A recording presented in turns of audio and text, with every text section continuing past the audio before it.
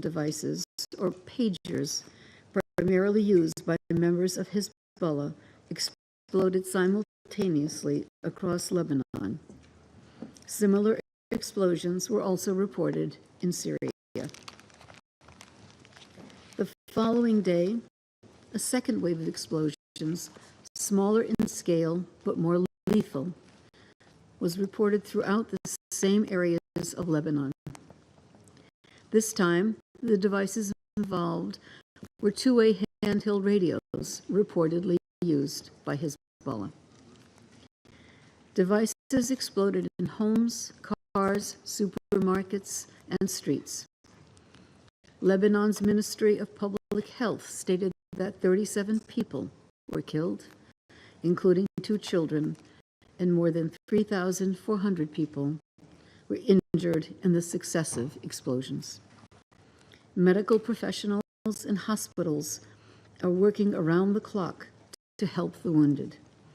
Lebanese society, old and young, have been in profound shock and panic.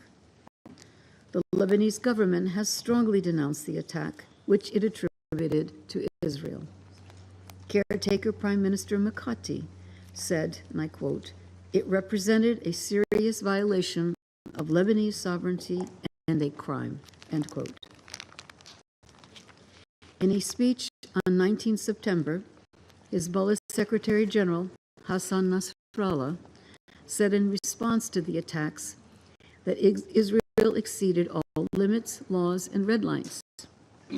And he vowed, and I quote, "to exact a heavy price and a fair punishment," end quote. He reiterated that the Lebanon front would only stop once the aggression on Gaza ended. In a letter to the President of the Security Council on 18 September, the Islamic Republic of Iran blamed Israel for the explosions, noting that its ambassador to Lebanon was among those wounded. Iran stated that it, and I quote again, "reserves its right under international law to take required measures deemed necessary to respond to such a heinous crime and violation," end quote. To date, the government of Israel has made no official comment on these developments. Mr. President, since the explosions on 17 and 18 September, exchanges of fire across the Blue Line have continued, showing worrying signs of escalation. The exchanges include some of the heaviest bombardment of southern Lebanon since 8 October 2023. Israeli aircraft have conducted a high number of airstrikes and overflights, including breaking the sound barrier over Beirut on several occasions.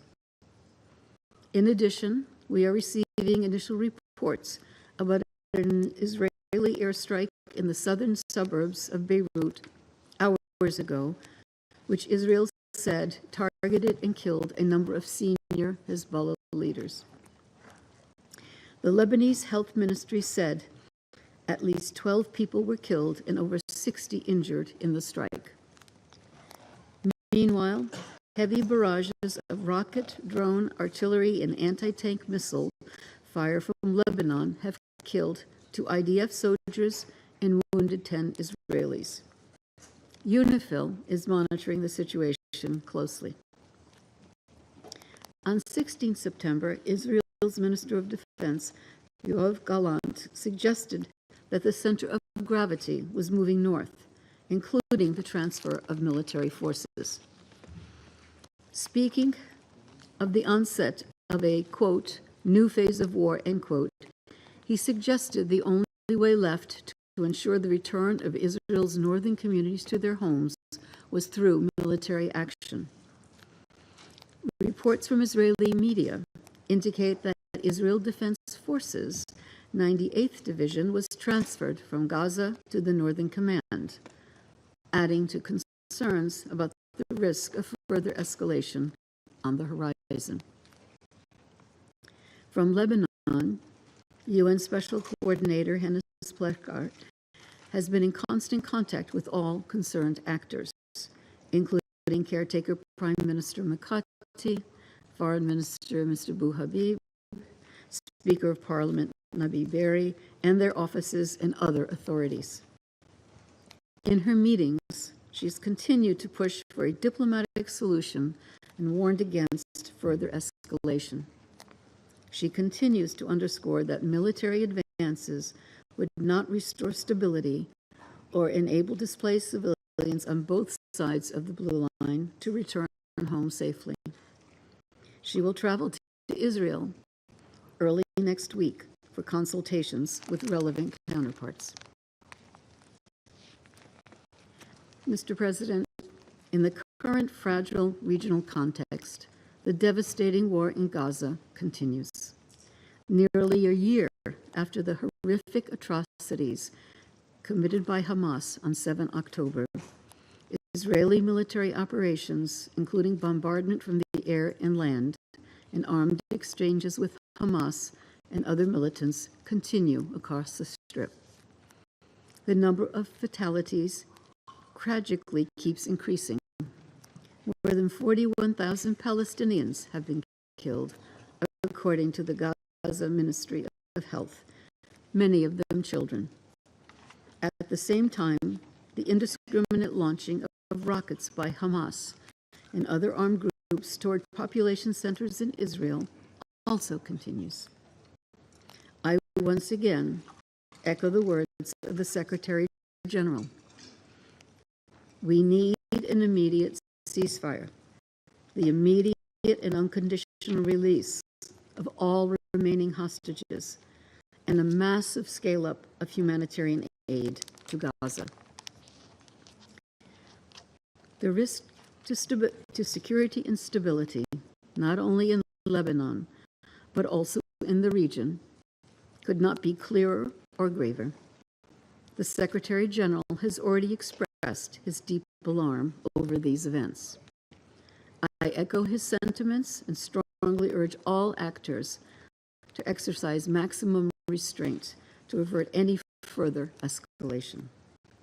They must abide by their obligations under international law concerning the protection of civilians. I also strongly urge member states with influence over the parties to leverage it now.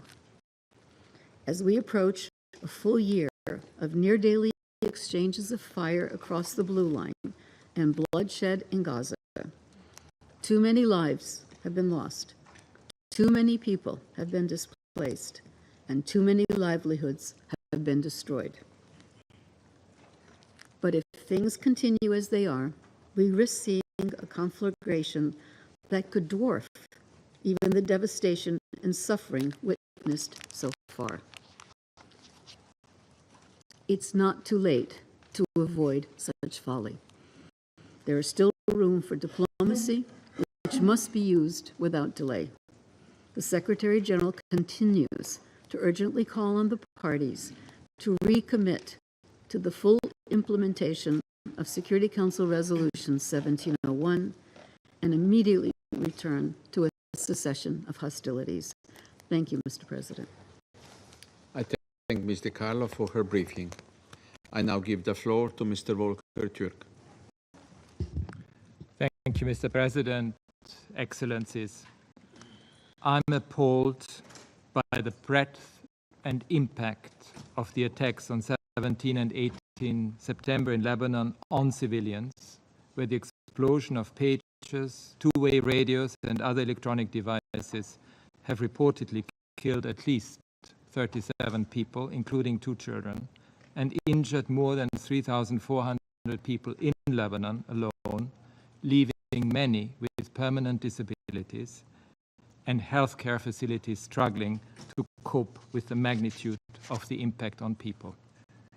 These attacks represent a new development in warfare, where communication tools become weapons, simultaneously exploding across marketplaces, on street corners, and in homes as daily life unfolds. Authorities have reportedly dismantled unexploded devices in universities, banks, and hospitals.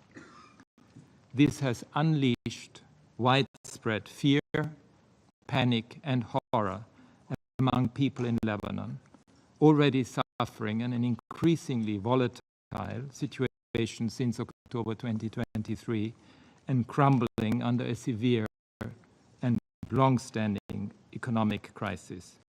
This cannot be the new normal. Mr. President, war has rules for each and every party to this and any other armed conflict. Armed force, that is, violence against other human beings, can only be used where necessary to achieve a valid military objective. In doing so, the fundamental distinction between civilian and military targets must be front and center. All feasible precautions must be taken to spare civilians. Attacks must remain proportional to the wider damage they inflict.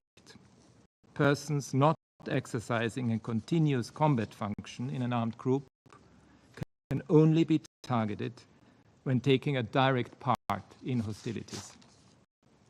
At their core, these rules have the paramount aim of effectively protecting civilians.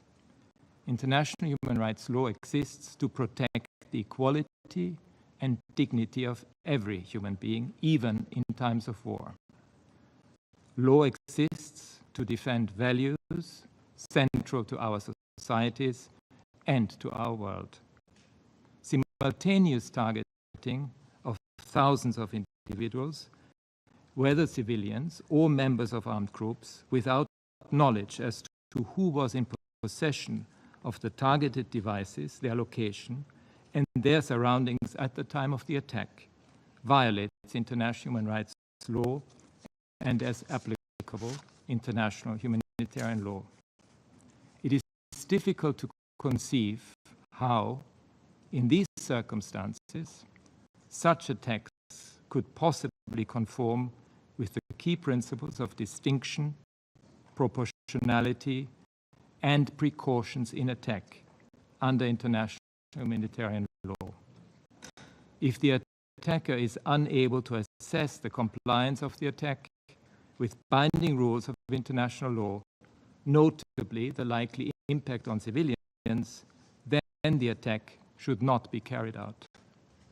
International humanitarian law prohibits the use of booby-trap devices in the form of apparently harmless portable objects which are specifically designed and constructed to contain explosive material. It is a war crime to commit violence intended to spread terror among civilians. I call again for an independent, thorough, and transparent investigation into the circumstances of these explosions. Those who ordered and carried out these attacks must be held to account. Let me be clear. This method of warfare may be new and unfamiliar, but international humanitarian and human rights law apply regardless and must be upheld. These attacks occurred amidst hostilities between Israel and Hezbollah, which since 8 October last year have caused civilian casualties on both sides. According to the Lebanese Ministry of Health, figures that were released in August, over 500 people have been killed, over 2,400 injured, and according to IOM, over 110,000 displaced in Lebanon. The government of Israel reported 48 people killed in Israel and over 63 people displaced in the context of these hostilities. The last 24 hours have seen intensified cross-border military action in Lebanon and Israel. This tragic situation cannot be seen in isolation. It is bound up with the war in Gaza, the spiraling violence in the West Bank, including East Jerusalem, and Israel's continued occupation of Palestinian territory. The heightened risk of further atrocity crimes remains. As repeatedly stated, the humanitarian situation for 2.2 million Palestinians in Gaza is catastrophic. catastrophic. Over 1,200 people were killed on 7 October in Israel. In Gaza, over 100 hostages are still held by Hamas and other Palestinian armed groups. Over 40,200 Palestinians, mostly women and children, have been killed as a result of the intensive Israeli offensive, and over 95,500 injured in Gaza, according to the Gaza Ministry of Health.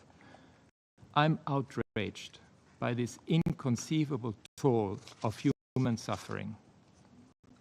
For the UN and other humanitarian responders, ongoing hostilities, access constraints, attacks on staff and facilities, and damaged infrastructures, along with the deteriorating security situation, including looting and frequent Israeli-issued evacuation orders, are key factors obstructing the delivery of sufficient life-saving aid across the Gaza Strip.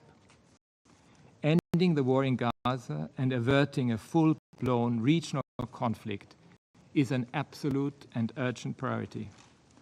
I call for an immediate ceasefire and for continuous humanitarian access to be ensured throughout the Strip.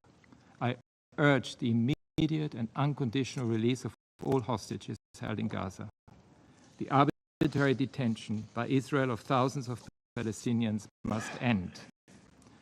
The wider situation of illegality across the occupied Palestinian territory, deriving from Israel's policies and practices, as so clearly spelled out by the International Court of Justice in its advisory opinion in July, must be comprehensively addressed. Mr. President, disrespect for international law is a matter of international peace and security, the core obligation of this Council, with implications beyond these countries and this region, beyond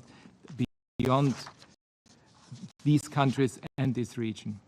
States have constructed international human rights and humanitarian law precisely for moments like these, when life, dignity, and our very humanity are at risk. As such, states must not, cannot accept blatant disregard for international law, including binding decisions of the Security Council and orders of the International Court of Justice. They must not, cannot allow the hollowing out of international law and its protective core, neither in this nor in any other situation around the world. All states, particularly those with influence, must do everything they can to ensure full respect for international law. Just over 10 days ago, in my address to the Human Rights Council in Geneva, I urged the rejection of a new normal of endless, vicious military escalation and increasingly alarming technologically advanced methods of warfare. The warnings from multiple actors against an all-out war in the region have been clear and consistent. It would benefit no one. Continuing on this path of inflamed war rhetoric on all sides and reckless military escalation only leads to further devastation. I urge Israel and Hezbollah to cease hostilities immediately. The specter of this region's past, the unending cycles of conflict, the human rights grievances and causes of which have been ignored and trampled on, is palpable and omnipresent. The complexity of this moment and the stakes for people everywhere demand much more from the international community to achieve an enduring peace. This crisis requires political courage and leadership. Thank you. I thank Mr. Türk for his briefing. I now give the floor to those council members who wish to make statements. I give the floor to the representative of Algeria.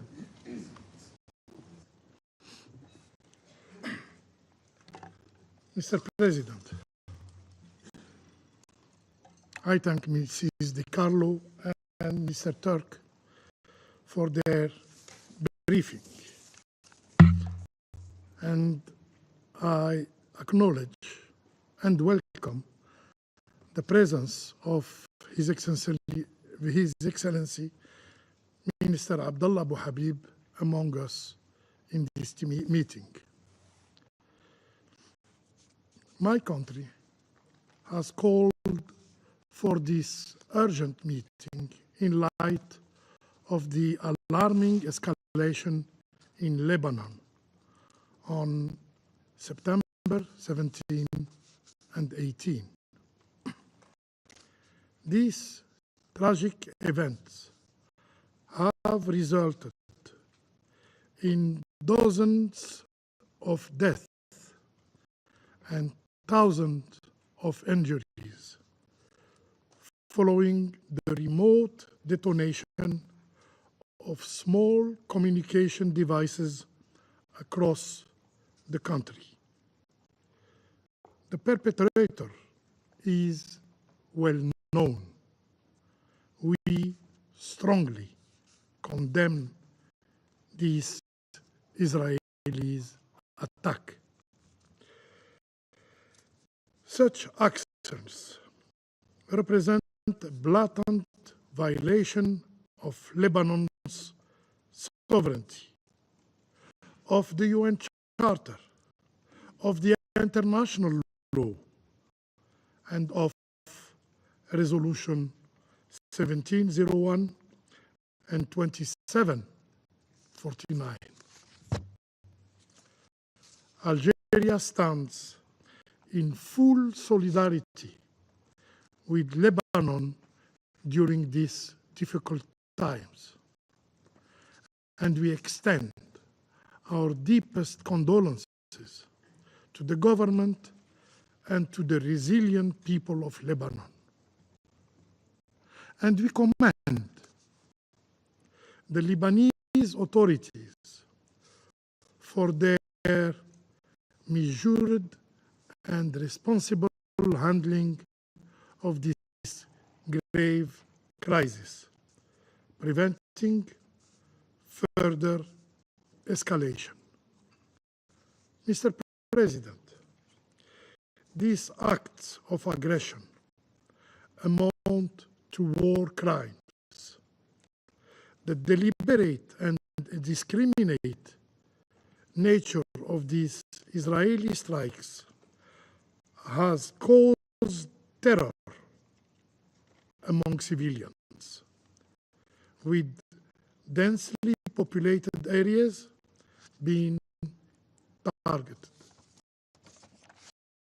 This dangerous precedent turns civilian devices into bombs, threatening the safety of all and posing a significant threat.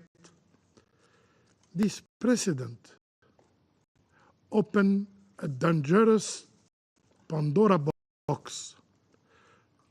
What will happen if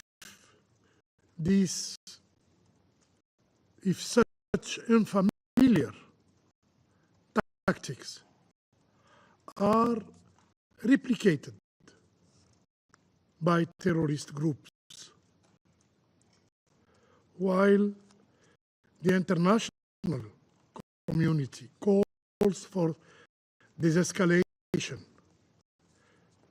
Israel pulls the region toward war, expanding hostilities from the blue line into the entire Lebanese territory. The Israeli officials have openly threatened to launch a large-scale war in Lebanon. These attacks were followed by statements, official statements, praising the so-called positive result. The airstrike against Beirut this morning are another proof that the Israeli occupying power is not at all interested in peace. So, do Israeli occupying authorities truly seek peace with their neighbors? Are they genuinely committed to implementing Resolution 2735? Are they really committed to a ceasefire in Gaza? Mr. President, the Security Council bears the solemn responsibility to uphold the principle enshrined in the UN Charter. The Security Council must enforce its resolution. Resolution 1701 must be fully implemented without bias, and the Israeli occupier aggressions must cease, and it must withdraw from all occupied Lebanese territories. Only by ending the occupation that we could pave the way for lasting peace and stability in the region. I thank you. I thank the representative of Algeria for their statement. I give the floor to the representative of Switzerland. Merci, Monsieur le Président. Nous saluons la tenue d'une réunion suite au développement extrêmement inquiétant au Liban et au-delà. Et je voudrais remercier la secrétaire générale adjointe, Di Carlo, ainsi que le haut-commissaire turc pour leurs interventions qui détaillent très précisément les événements de ces derniers jours. Et je salue la présence du ministre et bien entendu de tous les collègues. Monsieur le Président, la Suisse exprime sa profonde inquiétude face aux explosions des beepers et d'autres appareils de communication survenus mardi et mercredi. Nous condamnons le fait que ces explosions aient fait de nombreuses victimes parmi les civils, y compris des enfants. La lumière doit être faite sur les circonstances et les responsabilités. Et je tiens à présenter nos sincères condoléances à toutes les familles des victimes civiles ayant été blessées et tuées ces derniers jours. Nous sommes préoccupés par les conséquences plus amples de ces explosions pour la population civile. Elles ont semé la panique et la peur généralisée et engorgé les hôpitaux. À ce titre, je voudrais rendre hommage au personnel hospitalier et aux secouristes libanais pour leur engagement. Ces explosions, ainsi que l'intensification des hostilités des deux côtés de la ligne bleue, y inclut la frappe dans la banlieue sud de Beyrouth aujourd'hui, risquent de compromettre davantage la stabilité du Liban et de toute la région. Nous déplorons ici aussi les civils blessés et tués. La Suisse appelle toutes les parties, ainsi que ceux qui ont une influence sur elle, à faire preuve de la plus grande retenue afin d'éviter une escalade régionale majeure. Nous plaidons avec insistance pour un retour à la cessation totale des hostilités et exigeons l'application intégrale de la résolution 1701. Ce Conseil a réaffirmé ses demandes à l'unanimité il y a seulement 3 semaines. La Suisse appelle toutes les parties au respect du droit international humanitaire et notamment des principes de distinction, proportionnalité et précaution en toutes circonstances. War has rules, comme vient de le dire le haut-commissaire. La protection des civils est une obligation juridique qui doit être respectée. Nous rappelons aussi que les droits humains s'appliquent en tout temps. Le seul désir des dizaines de milliers de personnes déplacées des deux côté de la ligne bleue est de retourner dans leur maison pour y vivre en paix. Leurs enfants, quant à eux, ne demandent rien d'autre que de pouvoir se rendre dans leurs écoles et jouer avec leurs amis. Une chose est pourtant absolument claire. Le dialogue et la désescalade sont les seuls moyens pour y parvenir. L'escalade militaire n'est pas la solution. Elle entraînerait la région dans l'abîme d'une guerre régionale. C'est pourquoi la Suisse soutient tous les efforts de médiation en cours. Des voies de paix et de raison doivent prévaloir dans l'intérêt de la population de toute la région. Enfin, et nous ne cesserons pas d'insister sur ce point, un cessez-le-feu à Gaza, ainsi que la libération des otages et un accès humanitaire rapide et sans entrave sont nécessaires de toute urgence pour réduire les souffrances des civils et éviter une plus grande escalade régionale. Les négociations doivent urgemment se poursuivre et les parties doivent y participer de bonne foi. Ce Conseil doit assumer ses responsabilités et contribuer unis à une solution pacifique. La Suisse est prête à apporter sa contribution. Je vous remercie. I thank the representative of Switzerland for their statement. I give the floor to the representative of the Republic of Korea. Thank you, Mr. President. I'd like to thank U.S. Secretary Carlo and the UN High Commissioner for Human Rights Volker Turk for their grim briefings today. I also welcome the participation of Foreign Minister Mr. Habib and the representatives of Syria, Iran, and Israel in this meeting. The Republic of Korea is shocked to witness the bloody and the devastating attacks in Lebanon involving communication devices that caused thousands of casualties, including children. This unprecedented action signifies a deeply worrisome escalation in an already extremely volatile context.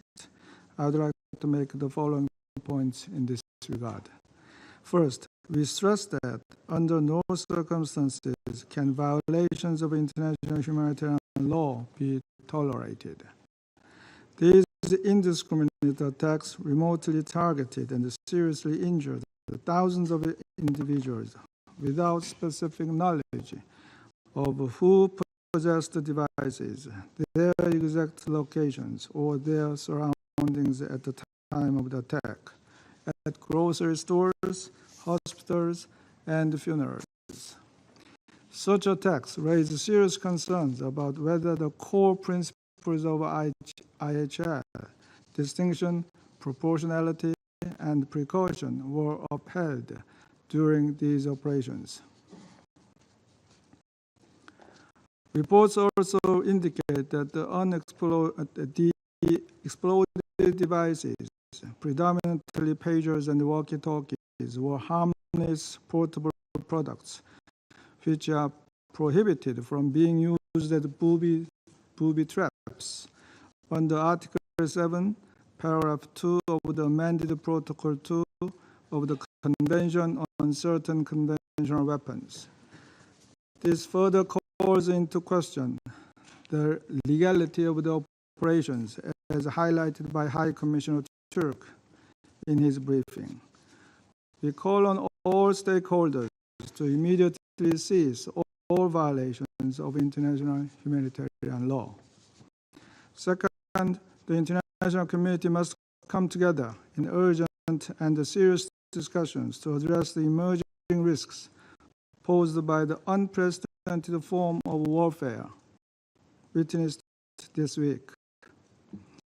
The attacks weaponized thousands of personal communication devices for remote detonated destruction, elucidating the alarming potential for any consumer electronics to be exploited and transformed into lethal weapons that transcend our imaginations. These incidents underscore the urgent need to review whether existing international frameworks are adequately equipped to prevent such abuses. cease. Third, we call on all parties to respect the territorial integrity and the sovereignty of Lebanon and accelerate diplomatic efforts to fully implement Resolution 1701 and pursue a long-term solution for durable peace.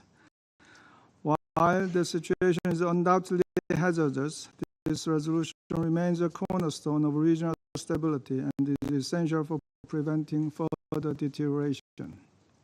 We urge all parties to return to the fundamentals of the resolution, including full respect for the blue line and the establishment of an area free of any armed entities other than the Lebanese armed forces. Fourth, my delegation strongly urges all parties to exercise maximum restraint and prioritize de-escalation during this highly perilous period. Israel has recently added the safe return of displaced northern residents as a new objective of its military action, stating that operations will continue until they can return home. It also conducted airstrikes today in a densely populated area in Beirut, which reportedly killed at least 12 people and injured over 60, including civilians, with others buried under the rubble. Further escalation would probably result in far greater civilian casualties, increased threats to UNIFIL peacekeepers, and unparalleled regional security risks. Indeed, from the Blue Line to Gaza, the West Bank, Yemen, and Syria, the region is on the brink of widespread and massive war. Even a single misstep or miscalculation could trigger a catastrophic situation with grave consequences for the lives of millions that could extend far beyond the region. As we now truly stand at an inflection point, we once again call on all parties to return to the negotiating table with a particular urgency for a ceasefire in Gaza, which lies at the very heart of de-escalation. I thank you, Mr. President. I thank the representative of the Republic of Korea for their statement. I give the floor to the representative of the United States. Thank you, Mr. President. And thank you, Undersecretary General DiCarlo and High Commissioner Turk, for your briefings. Colleagues, the United States remains of the view that a broader conflict in the Middle East is neither desirable nor inevitable. But the actions various actors take in the coming days will, once again, determine how the situation evolves. It is imperative that even as facts emerge about the latest incidents, in which, I reiterate, the United States played no role, all parties refrain from any actions which could plunge the region into a devastating war. The Security Council cannot ignore the origins of this particular conflict between Israel and Hezbollah. Prior to Hamas's brutal terrorist attack, quiet had largely been maintained along the Blue Line for 18 years, since the adoption of Resolution 1701 in 2006. This stability was shattered on October 7 and 8, when Israel was attacked without provocation by non-state armed groups in Lebanon. And for the past 11 months, the people of Lebanon have suffered the devastating consequences of this conflict, which is not their own. More than 100,000 Lebanese civilians and more than 65,000 Israeli civilians have been displaced. Civilians on both sides of the Blue Line have seen their homes destroyed and their fields and orchards burned. Hezbollah, which receives extensive training arms, and financing from Iran, took these actions in solidarity with Hamas, not for Lebanon or the Lebanese people. And for the past 11 months, Hezbollah has continued to bombard communities in northern Israel on a near daily basis, again, in support of Hamas and Iran's broader campaign to threaten Israel. Hezbollah's sustained attacks, presence along the Blue Line, and entrenchment in southern Lebanon also put Israeli and Lebanese civilians at risk. Israel has a right to defend itself against Hezbollah's attacks. No member of this council facing a terrorist organization on its border would tolerate daily rocket attacks on its territory and the displacement of tens of thousands of its people. We expect all parties will comply with international humanitarian law and take all reasonable steps to minimize harm to civilians, especially those in densely populated areas. Continued escalation of the violence across the Blue Line will not create the conditions for displaced Israeli and Lebanese civilians to return to their homes in northern Israel and southern Lebanon. Rather, the United States continues to believe a diplomatic resolution is the only way to create the conditions for displaced Lebanese and Israeli civilians to return to their homes with safety and security. And we will continue to pursue this goal. Iran, through its sustained supply of weapons and personnel to Hezbollah, in blatant disregard and defiance of the call for disarmament in resolutions 1559 and 1701, and in violation of the latter's legally binding arms embargo, appears to have a different agenda.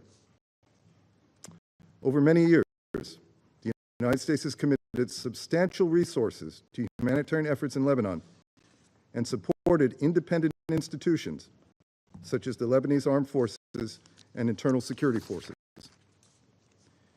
Equally significant, the Security Council has clearly and repeatedly expressed its desire to see the full authority of the Lebanese government extended throughout Lebanon's territory. And it has emphasized its strong support for the aspirations of the Lebanese people to live in peace, free from foreign meddling. Every member of this council has a responsibility to help Lebanon's people avoid further tragedy, to support diplomatic efforts that would help restore calm along the Blue Line, which again would enable civilians in southern Lebanon and northern Israel to return to their homes, and to also press Iran to cease its destabilizing and dangerous use of Hezbollah to undermine regional security in a way that puts the Lebanese people in danger. This is the path toward greater regional stability, and the United States will continue to do everything possible to support de-escalation and an enduring diplomatic solution. Thank you, Mr. President.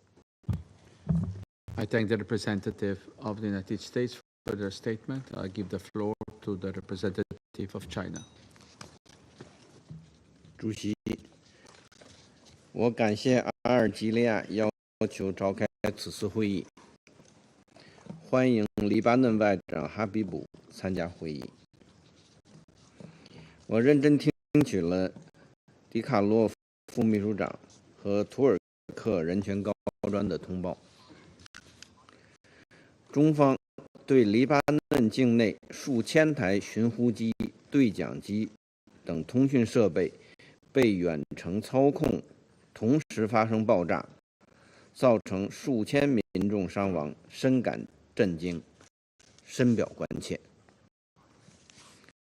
在街头玩耍的孩子失去眼睛，在超市购物的母亲手脚致残，在上班途中的医生身负重伤，这种惨状让人不忍想象。通过远程操控通讯工具发动无差别袭击，造成大规模平民伤亡，制造社会恐慌，这样的事情在历史上闻所未闻。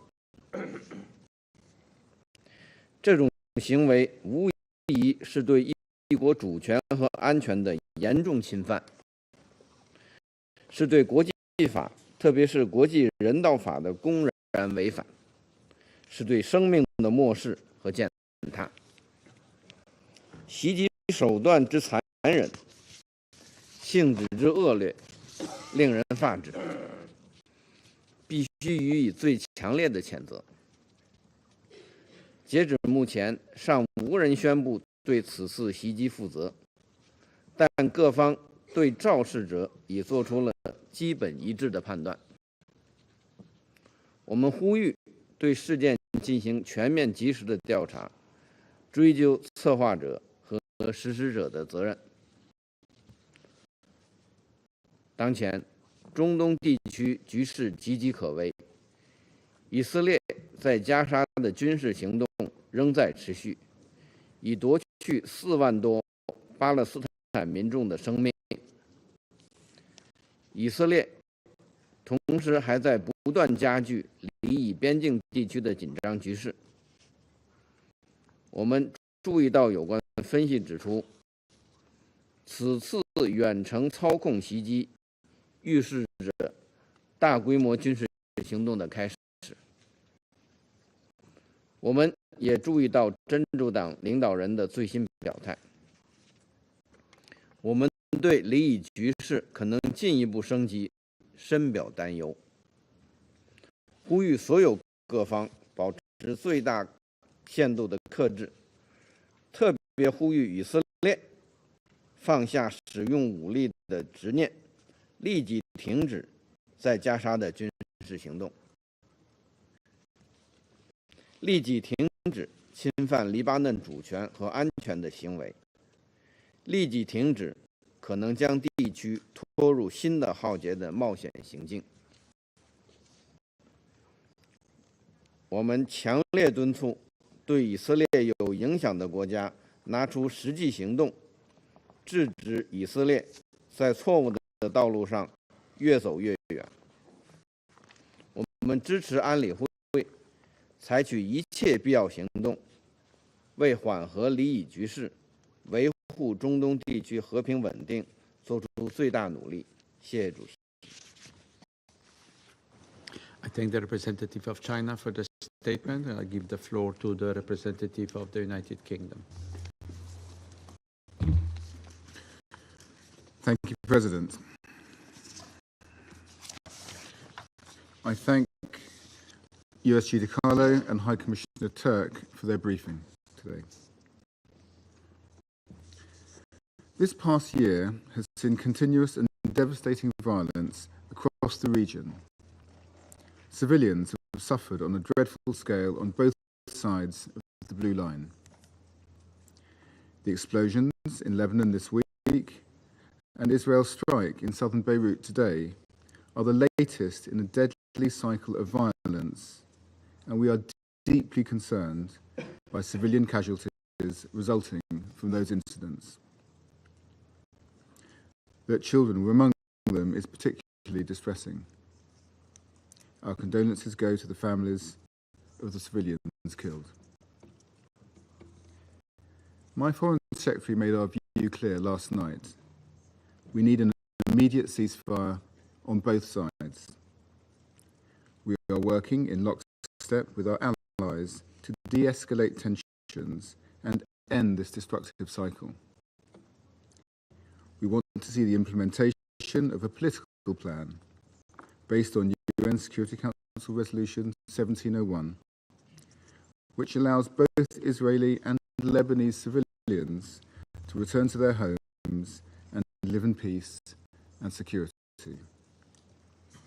We are ready to play our role in a diplomatic process to achieve that. President, let us be clear. Hezbollah launched an unprovoked attack on Israel on 8 October 2023. Since then, Israel has faced a near daily barrage of Hezbollah rockets. We are resolute in our support for Israel's right to defend its citizens against such threats. However, in doing so, international humanitarian law must be fully respected and all possible steps taken to avoid civilian casualties. Lebanese Hezbollah's aggression has been fueled by Iran and its continued destabilization of the Middle East, including through its support to partners and proxies. Iran supplies advanced weaponry in contravention of multiple Security Council resolutions, only prolonging the suffering of the Lebanese people. While Hezbollah and Iran continue to undermine Lebanon's future, the UK is providing practical support to bolster its stability and security. This includes funding and training to both the Lebanese armed forces and internal security forces, as well as humanitarian assistance to vulnerable communities, including in the south of Lebanon. President, now is the time for calm heads and an urgent focus on an immediate ceasefire to create the space for negotiations. I thank you. I thank the representative of the United Kingdom for their statement. I give the floor to the representative of France. Monsieur le Président, je remercie Madame Di Carlo et Messieurs Turc pour leurs interventions et je tiens à saluer la présence parmi nous du ministre des Affaires étrangères du Liban. La France exprime son inquiétude à la suite des explosions d'appareils de télécommunications les 17 et 18 septembre au Liban. En effet, le risque d'une guerre ouverte et aux conséquences potentiellement dramatiques s'accroît chaque jour. Une telle perspective doit absolument être évitée. Il est urgent que toutes les parties travaillent à une désescalade. La résolution 2749, adoptée le 28 août pour renouveler le mandat de la FINUL, le demande avec clarté. Elle appelle tous les acteurs concernés à prendre des mesures immédiates en vue d'une désescalade et elle exige la pleine mise en œuvre du cadre reconnu par tous, à savoir la résolution 1701, y compris le retour à une cessation complète des hostilités. Ces résolutions doivent être respectées par tous. Dans cet objectif, nous demandons aux autorités israéliennes de faire preuve de la plus grande retenue après leurs déclarations récentes sur leurs opérations militaires au Liban. Nous rappelons aussi notre exigence que le Hezbollah cesse immédiatement ses attaques contre le territoire israélien.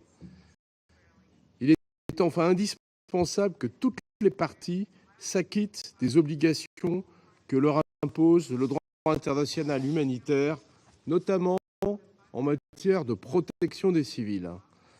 La France poursuit ses efforts pour identifier les conditions d'un accord en vue de revenir à une cessation des hostilités le long de la ligne bleue, en accord avec la résolution 1701 et pour assurer la sécurité des populations civiles en Israël comme au Liban. Je vous remercie. I thank the representative of France for their statement. I give the floor to the representative of Mozambique. Thank you, Mr. President.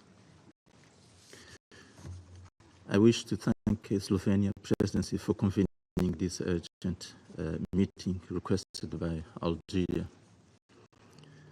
We are grateful to Undersecretary General Rosmel Di Carlo and the High Commissioner Volker Turk for their insights on this deeply concerning matter. We also acknowledge the presence of His Excellency, the Minister of Foreign Affairs of Lebanon, and representatives of Iran and Israel. Mr. President, Mozambique views the current situation in Lebanon with deep concern. The escalating cross-border hostilities between Hezbollah and Israel have significantly heightened regional tensions. We are particularly alarmed by the recent cyber attack in Beirut and other parts of the country, which resulted in the detonation of pagers and other electronic devices. This unprecedented incident occurring on September 17 and 18 has led to a tragic loss of lives and numerous injuries. We deeply deplore the deaths of civilians. The targeting of populated areas, including homes, vehicles, commercial establishments, and public spaces, is a clear violation of international humanitarian law. Mozambique strongly condemns these attacks, which have resulted in at least 12 civilian fatalities and left thousands wounded. We note with grave concern that many of the casualties were not combatants but civilians, members of the Lebanon's Shia community engaged in non-military activities. The weaponization of civilian objects is strictly prohibited under international law. The incident highlights the evolving nature of modern warfare, where cyber capabilities can be employed to inflict physical harm. The sophistication and audacity of this operation mark a dangerous escalation in the ongoing conflict between Israel and Hezbollah. We are deeply troubled by the potential ramifications of this attack, which may herald a new phase of conflict in Lebanon and the broader Middle East region. The unprecedented nature of this incident raised serious concerns about the future stability of the area. We strongly condemn these attacks as they bring a notable escalation in the region after months of mostly low intensity conflict between the two contenders. Mozambique calls upon all parties to immediately cease all military and subversive activities. We also strongly emphasize the critical need for de-escalation to prevent further instability and the retaliatory actions. We urge all parties involved to strictly adhere to international law and Security Council resolutions. It is imperative to ensure the protection of civilians and the maintenance of peace and security in the region. In conclusion, Mr. President, Mozambique reiterates its commitment to the principles of the United Nations Charter and stands ready to support all efforts towards peaceful resolution of conflicts and the protection of civilian lives. I thank you, Mr. President. I thank the representative of Mozambique for their statement. I give the floor to the representative of Guyana. Thank you, Mr. President, and I thank Algeria for requesting this urgent meeting. I also thank USG DiCarlo and High Commissioner Turk for the updates provided and welcome the participation of His Excellency Mr. Abdullah Abu Habib, Minister for Foreign Affairs and Emigrants of Lebanon, in today's meeting. I also acknowledge the participation of the permanent representatives of Israel, Iran, and Syria in our meeting. Mr. President, Guyana is alarmed by the reports of well-coordinated, widespread lethal attacks earlier this week across Lebanon and Syria, where pagers and other communication devices were transformed into deadly weapons.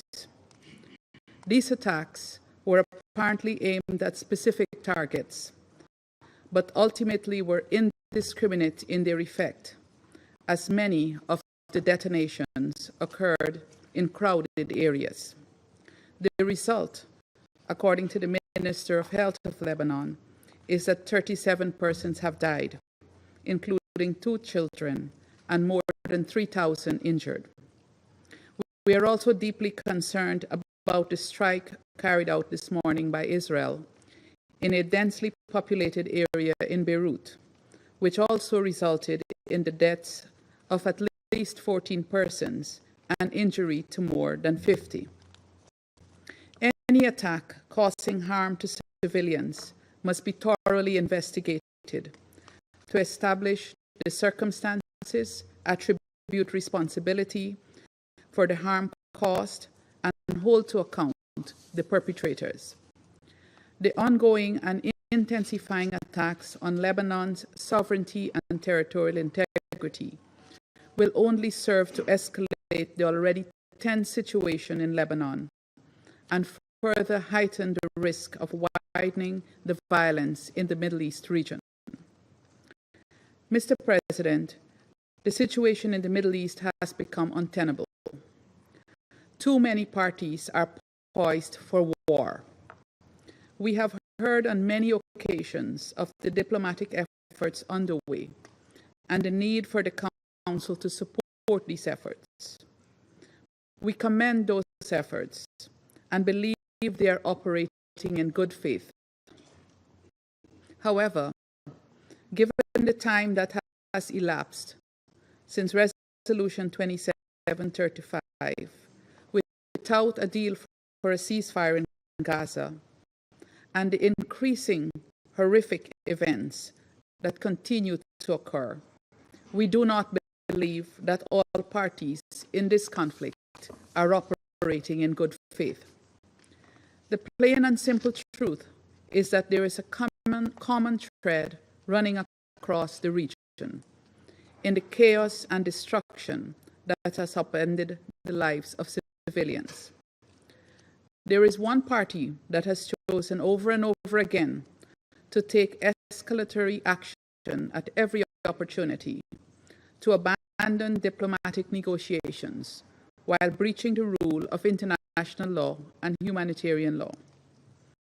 Mr. President, Guyana again calls on countries of the region to fully comply with their international obligations and to uphold the principle of respect for sovereignty and territorial integrity. We demand that all parties adhere to international law, including international humanitarian law and the United Nations Charter. It is imperative that there be a return to maximum restraint and an abandonment of rhetoric that only serves to inflame. We call on those with considerable influence to do more. They can and must exert maximum pressure to direct us away from this path that can lead to unimaginable agony in Lebanon and the wider region. A ceasefire in Gaza to end the immense suffering in the Strip is at the heart of de-escalating the increasing tensions in the region. Mr. President, the reality that we must confront is that lasting peace will not come through war. Violence will only doom us all to a cycle of escalating attacks, death, and destruction. The people of the Middle East are no less deserving of stability and security. Leaders of the region must recommit to dialogue and to a peaceful resolution to this conflict. I thank you. I thank the representative of Guyana for their statement. I give the floor to the representative of Japan. Thank you, Mr. President. I thank USG DiCarlo and High Commissioner for Human Rights, Mr. Volker Turk, for their briefings. Japan is extremely concerned with the situation in the Middle East and is monitoring the escalation of tensions with grave concern, especially the incidents this week where a large number of communication devices exploded across Lebanon and Syria, reportedly killing dozens of people and injuring thousands.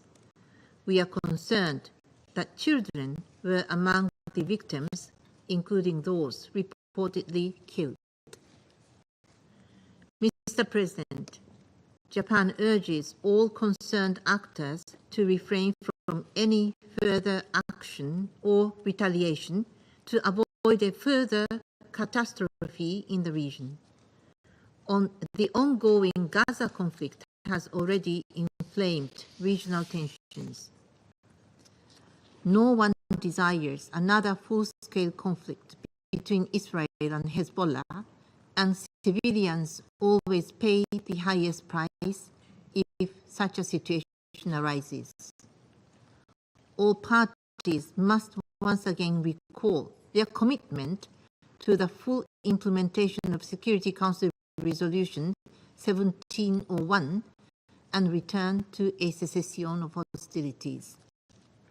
The fact that these incidents happened in multiple places, including densely populated areas, and caused civilian casualties is appalling.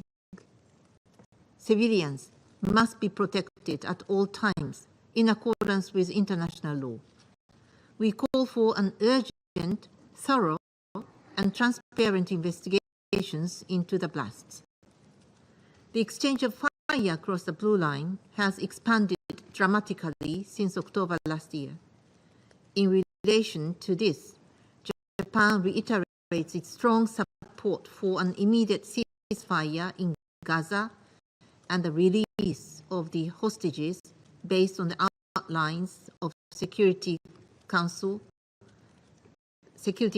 Resolution 2735. We stress the need for a comprehensive, just, and lasting peace in the Middle East. We remain committed to making every diplomatic efforts to end the violence and restore stability in the region. I thank you, Mr. President. I thank the representative of Japan for their statement. I give the floor to the representative of Malta. Thank you, President.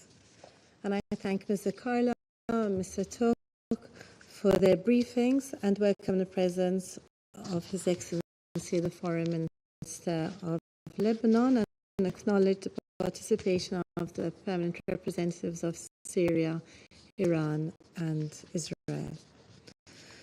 The Council meets today against the backdrop of what it has warned about for months, the growing prospect of regional escalation. Earlier this week, widespread simultaneous explosions across Lebanon killed at least 40 people and injured thousands of others, including children. The images we have witnessed are distressing. We echo the sentiments outlined by UN High Commissioner for Human Rights Volker Turk.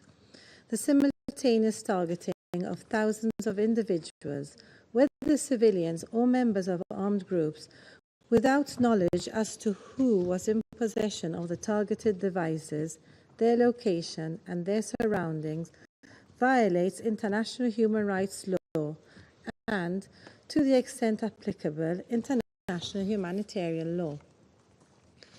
The large-scale consequences of such a widespread attack, including the large number of civilian casualties, were foreseeable. Such action also reflects a worrying disregard for established norms and IHL. Now, there must be an independent and transparent investigation as to how these consumer electronic devices were turned into bombs which were detonated in populated areas impacting civilians and overwhelming Lebanon's health services. President, recent Israeli airstrikes in Lebanon serve as another escalation that exacerbates tensions, which we denounce. This takes place whilst the military wing of Hezbollah persists with its indiscriminate firing of rockets into Israel. We also continue to condemn these actions. The lasting psychological impact of this violence on the local population on both sides of the blue line must not be underestimated. The people of the region cannot afford another war. We must do everything in our power to prevent further conflict. The protection of civilians is paramount. The devastating impact of the war in Gaza on the situation across the blue line and the risk of it spiraling into a wider conflict is greater than ever before. What should come next is clear. This Council must focus on prioritizing de-escalation and restraint across the region. This behavior must also be implemented by the relevant actors whose aggressive rhetoric and apparent inclination to further escalation only begets further hostilities. This Council must act in a decisive manner to ensure the full implementation of Security Council Resolutions 2712, 2720, and 2735. A ceasefire agreement must be reached without further delay. We call on all member states in the region and those with influence over the parties to redouble their efforts to this end. The fate of the region depends on it. For Lebanon, a political and diplomatic solution remains essential to de-escalate the situation and ensure long-term stability. The parties must immediately return to a cessation of hostilities and to recommit to the full implementation of Resolution 1701. A dramatic escalation in Lebanon only moves us further from this goal. In conclusion, President, the region is on the precipice of an all-out war. Cool heads must prevail. Peace must prevail. The only way this can be achieved is for all parties to exercise restraint, to de-escalate, and pursue peaceful solutions to all disputes. Thank you. I thank the representative of Malta for their statement. I give the floor to the representative of Ecuador. Gracias. Señor Presidente, quiero empezar por agradecer a Algeria por convocar esta reunión, reconocer la presencia del canciller del Líbano y también de las delegaciones de Israel, Siria e Irán en esta sala. Los hechos de extrema violencia suscitados en el Líbano en los últimos días son causa de alarma y de preocupación. El Ecuador agradece y toma nota de la información proporcionada por la Secretaria General Adjunta, Rosemary Carlo, y por el Alto Comisionado para los Derechos Humanos, Volker Turk.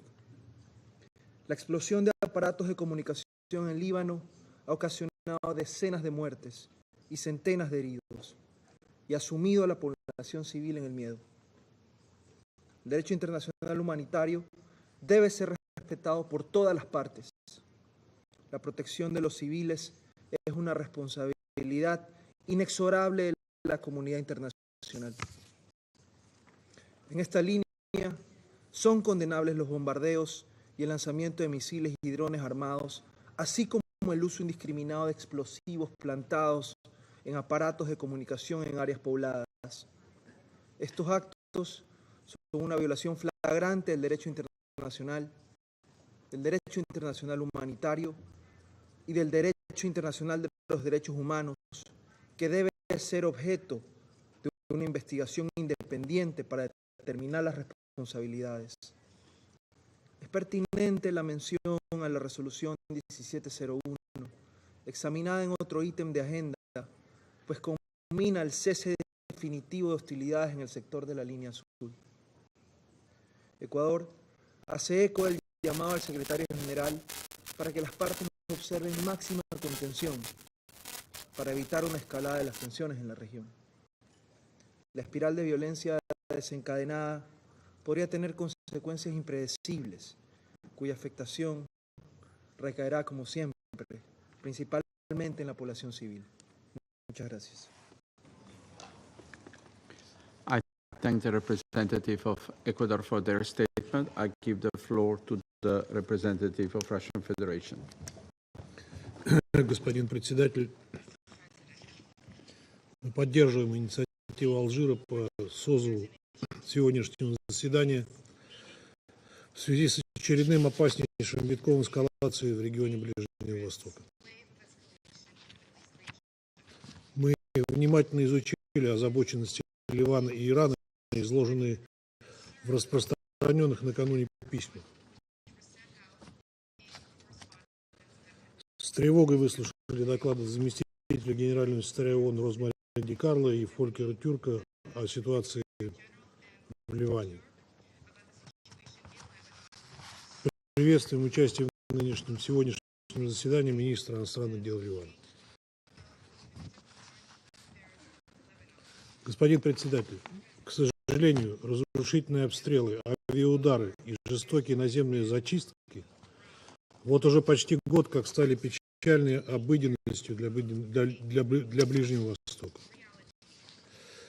Несмотря на протест международного сообщества, расширяется и возмутительная практика точечных ликвидаций. Казалось бы, в этом котле насилия уже не осталось действий, которые бы мы с вами раз за разом не осуждали в этом зале. Однако то, что на днях произошло в Ливане и Сирии, выводит эскалацию на Ближнем Востоке в новое высокотехнологическое измерение. И это крайне опасный поворот.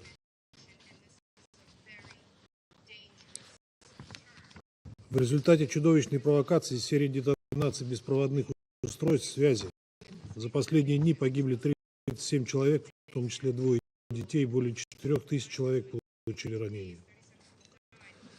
Те, кто совершил это варварское преступление, не щадили никого. Взрывы прогремели в больницах, на рынках, улицах, в магазинах и аптеках.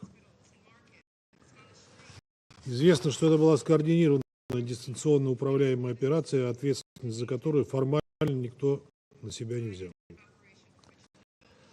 Но в регионе проанализировали факты и сделали на этот счет свои выводы.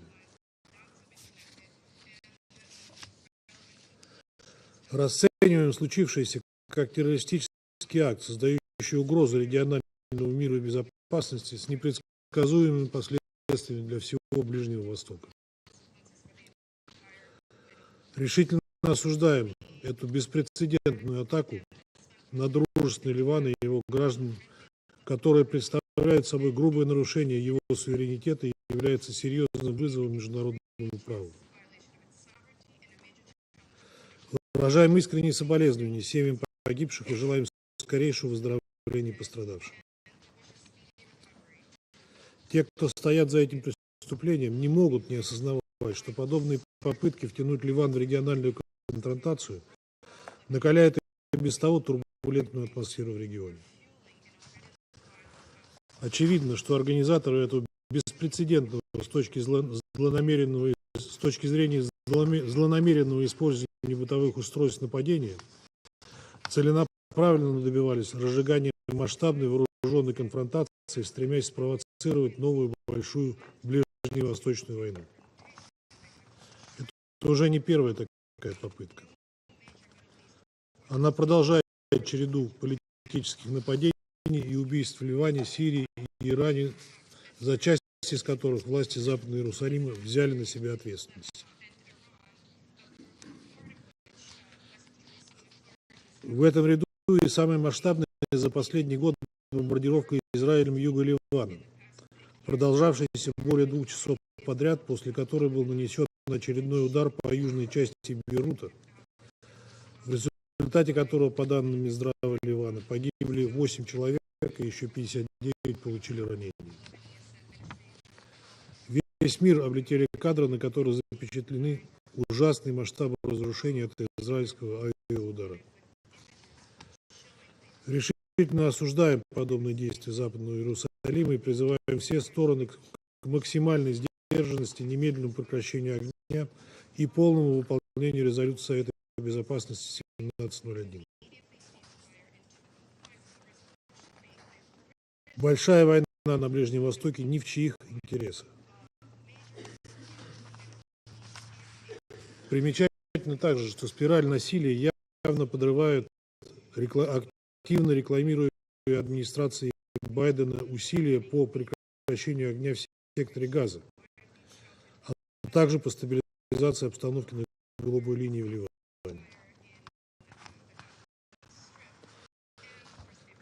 Результаты такой псевдодипломатии как минимум весьма сомнительны. Вместо мира продолжающееся кровопролитие на оккупированной палестинской территории, убийство главы политбюро Хамас Хании, являвшегося главным переговорщиком по сделке с Израилем. И теперь первая в истории масштабная террористическая атака с применением информационно-телекоммуникационных технологий, повлекшая гибель людей. С учетом декларируемого Вашингтоном и его союзниками курса на использование ИКТ в наступательных военно-политических целях против других государств, очевидно, что именно их действия подвели нас к этапу, когда мы можем столкнуться с террористической угрозой, для которой задействуются бытовые приборы.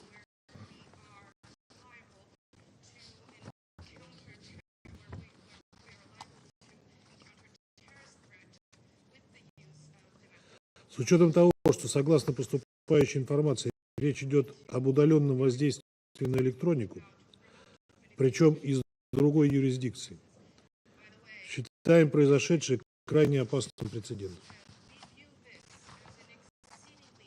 О подобных рисках мы неоднократно предупреждали, в том числе на профильных ООНовских площадках, где обсуждается проблематика международной информационной безопасности. Предвидя, что ИКТ могут использоваться в деструктивных целях, Россия уже много лет продвигает идею формирования особого международного правового режима регулирования цифровой среды, который бы учитывал технические уязвимости, включая анонимность, трансграничность и наличие скрытых функций. К сожалению, Соединенные Штаты и их союзники неизменно выступают против любых обязательств в этой сфере, чтобы сохранить свободу рынка. К чему это приводит, мы имеем возможность убедиться на примере теракта в Ливане. Если же говорить о последствиях для информационно-телекоммуникационной сферы, то подобные инциденты еще больше усугубляют и без того растущее недоверие государств к информационно-коммуникационным устройствам, произведенным в других странах. Это, в свою очередь, усиливает тенденцию к самоизоляции национальных инфраструктур в данной области и, как следствие, фрагментации информационного пространства, подрыву международных стандартов в этой области, разрушению цепочек поставок и расширению цифрового разрыва между развитыми и развивающимися странами.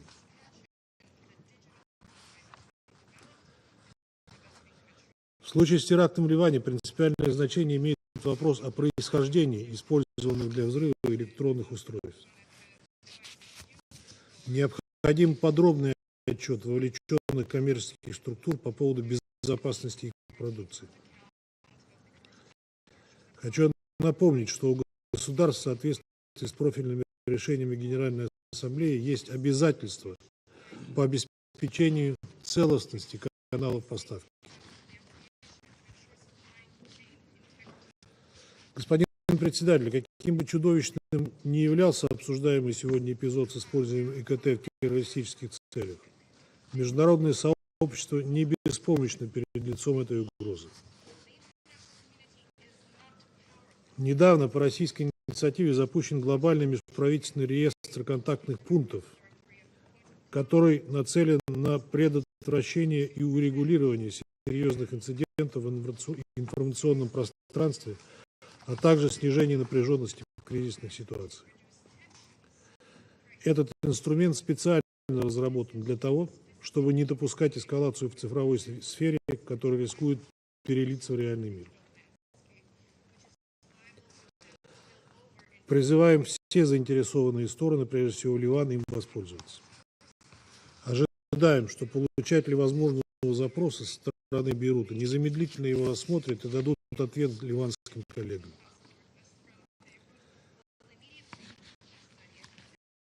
Это имеет принципиально важное значение для установления всех обстоятельств, произошедшего в Ливане. Господин председатель, всем очевидно, что ключ к урегулированию нынешней беспрецедентной по своим масштабам эскалации на Ближнем Востоке лежит в прекращении кровопролития в секторе Газа, где количество жертв перевалило за 42 тысячи человек. Единственный выход – скорейшее установление режима прекращения огня, обмен заложниками и заключенными и организация беспрепятственного гуманитарного доступа в анклав. Только так возможно будет перезапустить процесс мирного урегулирования палестинского вопроса на международно признанной базе, в основе которой лежит принцип двух государств для двух народов, в поддержку которого мы последовательно и неизменно выступаем. Со своей стороны готовы к взаимодействию со всеми, кто разделяет эти задачи. Благодарю вас. I thank the representative of Russian Federation for their statement. I give the floor to the representative of Sierra Leone. Mr. President, I also thank Under-Secretary General Rosemary DiCarlo and High Commissioner Mr. Volker Turk for their important briefing. We acknowledge the presence of the Minister of Foreign Affairs and Immigrant of Lebanon and the representative of Iran, Syria, and Israel in this meeting. Sierra Leone is deeply concerned over the significant deterioration of the security situation in Lebanon and North Israel. Instability and violence have increased across Lebanon over these past 3 days after a series of explosions of communication devices meant to be in the possession of members of Hezbollah. It has been reported that at least 37 people have been killed, with at least 292,931 people suffering injuries, and some of whom are in intensive care. Similar communication devices attack occurred in Syria, resulting in deaths and injuries. These attacks have been followed by intense strikes in southern Lebanon by Israeli warplanes, reportedly the heaviest air strikes since October 2023. We further note reports of Hezbollah's retaliatory missile and drone strikes in northern Israel on Thursday, killing 2 soldiers and injuring 9. We note with concern that these actions have definitely led to a further escalation in the cycle of violent attacks between the two parties and an exacerbation of tensions in an already volatile region with dire security and humanitarian consequences for civilians. There are reports that the communication devices explosion in Lebanon occurred in populated areas, including at a funeral, and that there are civilians, including children, among the dead and injured. Sierra Leone condemns the killing of civilians in these attacks, which, when carried out without taking into consideration the principle of distinction, is a clear violation of international humanitarian law. As we join the UN Secretary General urging the parties to exercise restraint, we remind the conflicting parties and those that enable them with complicity to comply with their obligations under international law to protect civilian and civilian infrastructure. Without accountability, the ongoing blatant violations of international law can only embolden the perpetrators and endanger the seeming specter of impunity that seems to characterize the Middle East conflicts. Mr. President, just yesterday, a member of the elders, former Prime Minister Ellen Clark, asked whether the Security Council is interested in implementing its own resolutions. Several reports for UNIFIL this year has informed the Council that Hezbollah and the Israel Defense Forces have been engaged in tit-for-tat exchanges of fire beyond the blue line since the 7th October attack, with the attacks initially unprovoked from Hezbollah. The breach of the 1701 resolution and the escalation of attacks on the back of inflammatory rhetoric and the movement of troops are deeply alarming as they continue to foment tensions which risk bringing the parties very close to all-out war.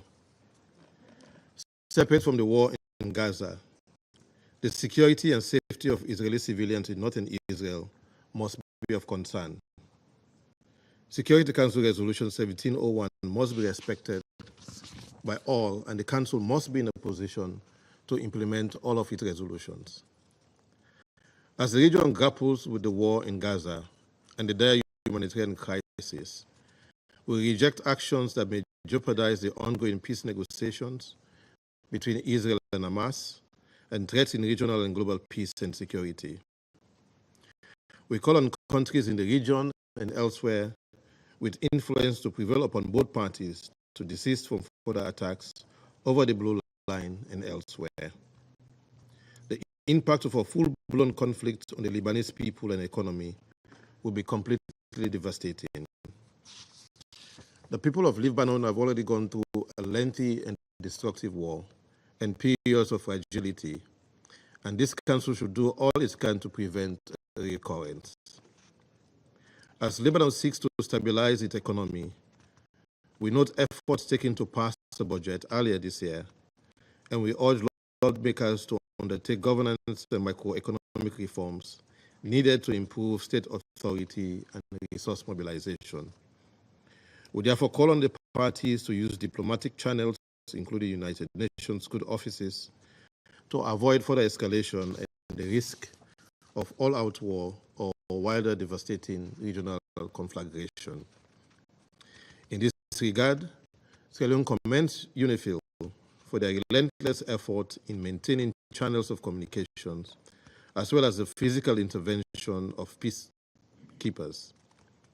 Events since October 7, 2023 have only underscored the importance of the mission's liaison and coordination mechanisms.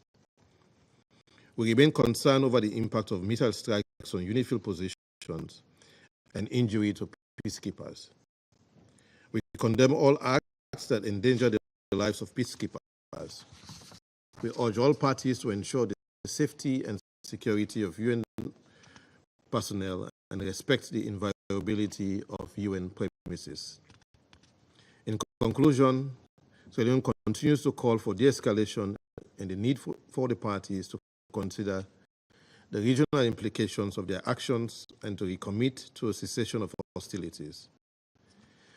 This includes a permanent ceasefire in Gaza and a holistic approach to the release of hostages and prisoners, and the implementation of a two-state solution for Israel and Palestine. I thank you. Leone, for their statement. I shall now make a statement in my capacity as the representative of Slovenia. First, I want to thank Under Secretary General Rosemary Di Carlo and High Commissioner Turk for their briefings. I welcome Minister Habib in the chamber, and I also welcome the representatives of Iran, Israel, and Syrian Arab Republic in the room. I would like to express our profound concern over the latest developments in the Middle East.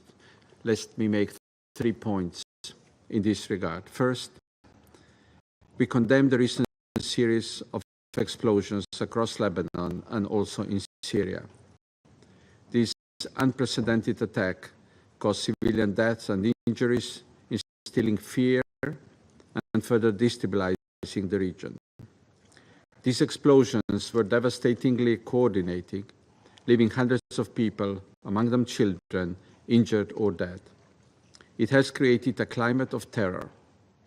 We are stepping in a dangerous new territory, and as new technology is being used and developed, we underline the need to respect existing legal obligations. Civilian objects should not be weaponized. The international law is clear. Use of booby traps is prohibited.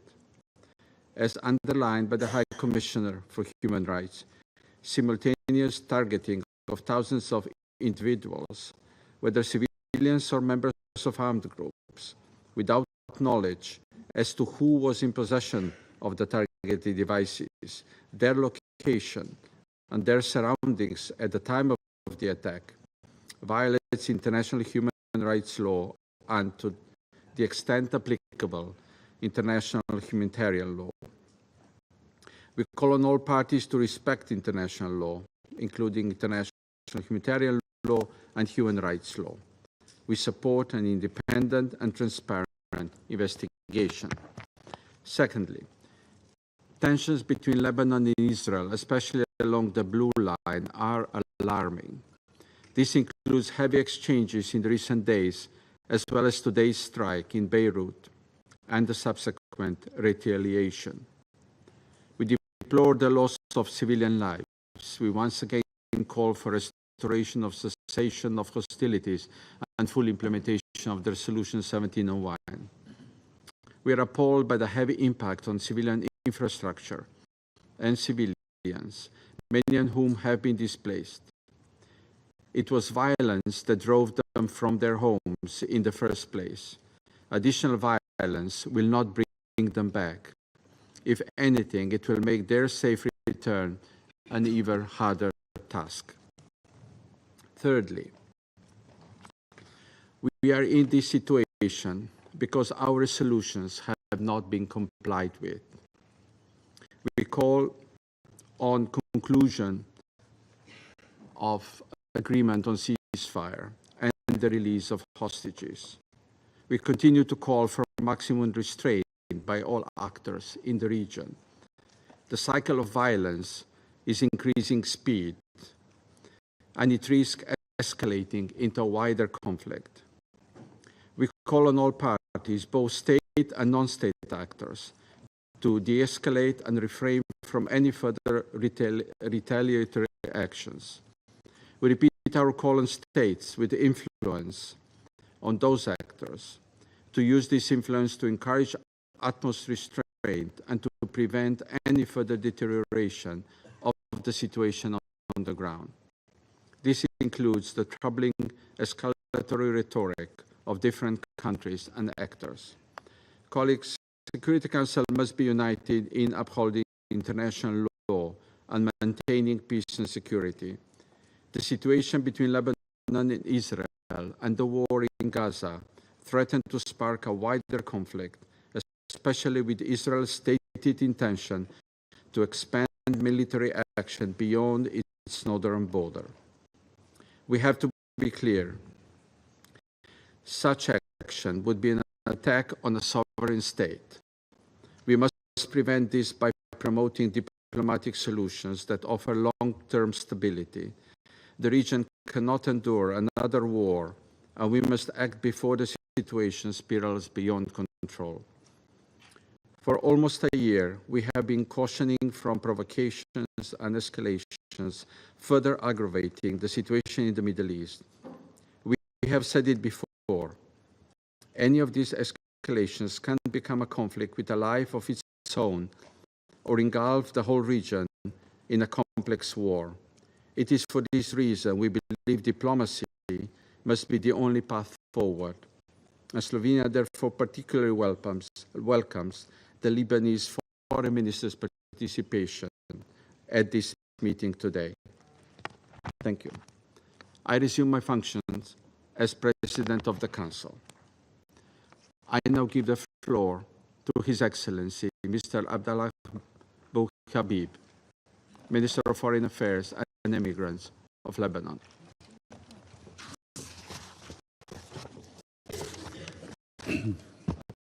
Thank you, Mr. Chairman. First, I want to thank the Undersecretary Di Carlo and the High Commissioner Turk for their presentations, as well as thank all members of the Council for acknowledging the severity and devastating consequences of the electronic attacks on peace and security of the fate and the fate of the humanity. سيد الرئيس، أصحاب المعالي والسعادة، لم يعد أحد في هذا العالم بأمان بعد الهجمات الإلكترونية التي حصلت مؤخرا في لبنان وفاقت الخيال والتصور، وما نتج عنها من ضحايا مدنيين أبرياء بالآلاف من الجرحى، ومنهم أيضا ضحايا من الأطفال والنساء والشيوخ. إن مسؤولية مجلس الأمن ليست فقط تجاه الأبرياء اللبنانيين الذين سقطوا ظلما، بل تجاه الإنسانية جمعاء. فإذا مر هذا العمل الإرهابي في مجلسكم مرور الكرام بلا محاسبة، وتم تجهيل الفاعل وعدم ردعه وإدانته وارغامه على وقف هكذا اعتداءات، فإن مصداقية هذا المجلس والقانون الدولي وشرعة حقوق الإنسان في خطر محدق. إن تقبلكم لما حدث يعني موافقتكم على فتح صندوق العجائب، حيث ستحظو دول ومجموعات متطرفة حظو إسرائيل، وتستهدف المدنيين من كل حدب وصوب بهذه التكنولوجيا الفتاكة، ولن يتمكن أحد من منع استخدامها مستقبلا لاستهداف طائرات مدنية وقطارات وخلافه لقتل المدنيين وترويعهم بصورة عشوائية دون تمييز. أليس هذا الإرهاب بعينه عندما يتم استهداف شعب بكامله في مدنه وشوارعه وأسواقه ومحلاته وبيوته، وهم يقضون احتياجاتهم ولا يقاتلون على الجبهات؟ يكفي لفهم ما حصل أن نتأمل بهوية الضحايا، فأصبح المطلوب اليوم إبادة وإعاقة الشعب اللبناني كعقاب جماعي. ومن حقنا أن نسأل: أليس هذا السيناريو الذي صرح به كبار المسؤولين الإسرائيليين؟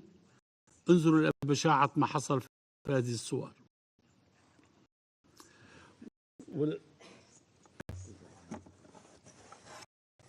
سأعتذر عن هذه الصورة.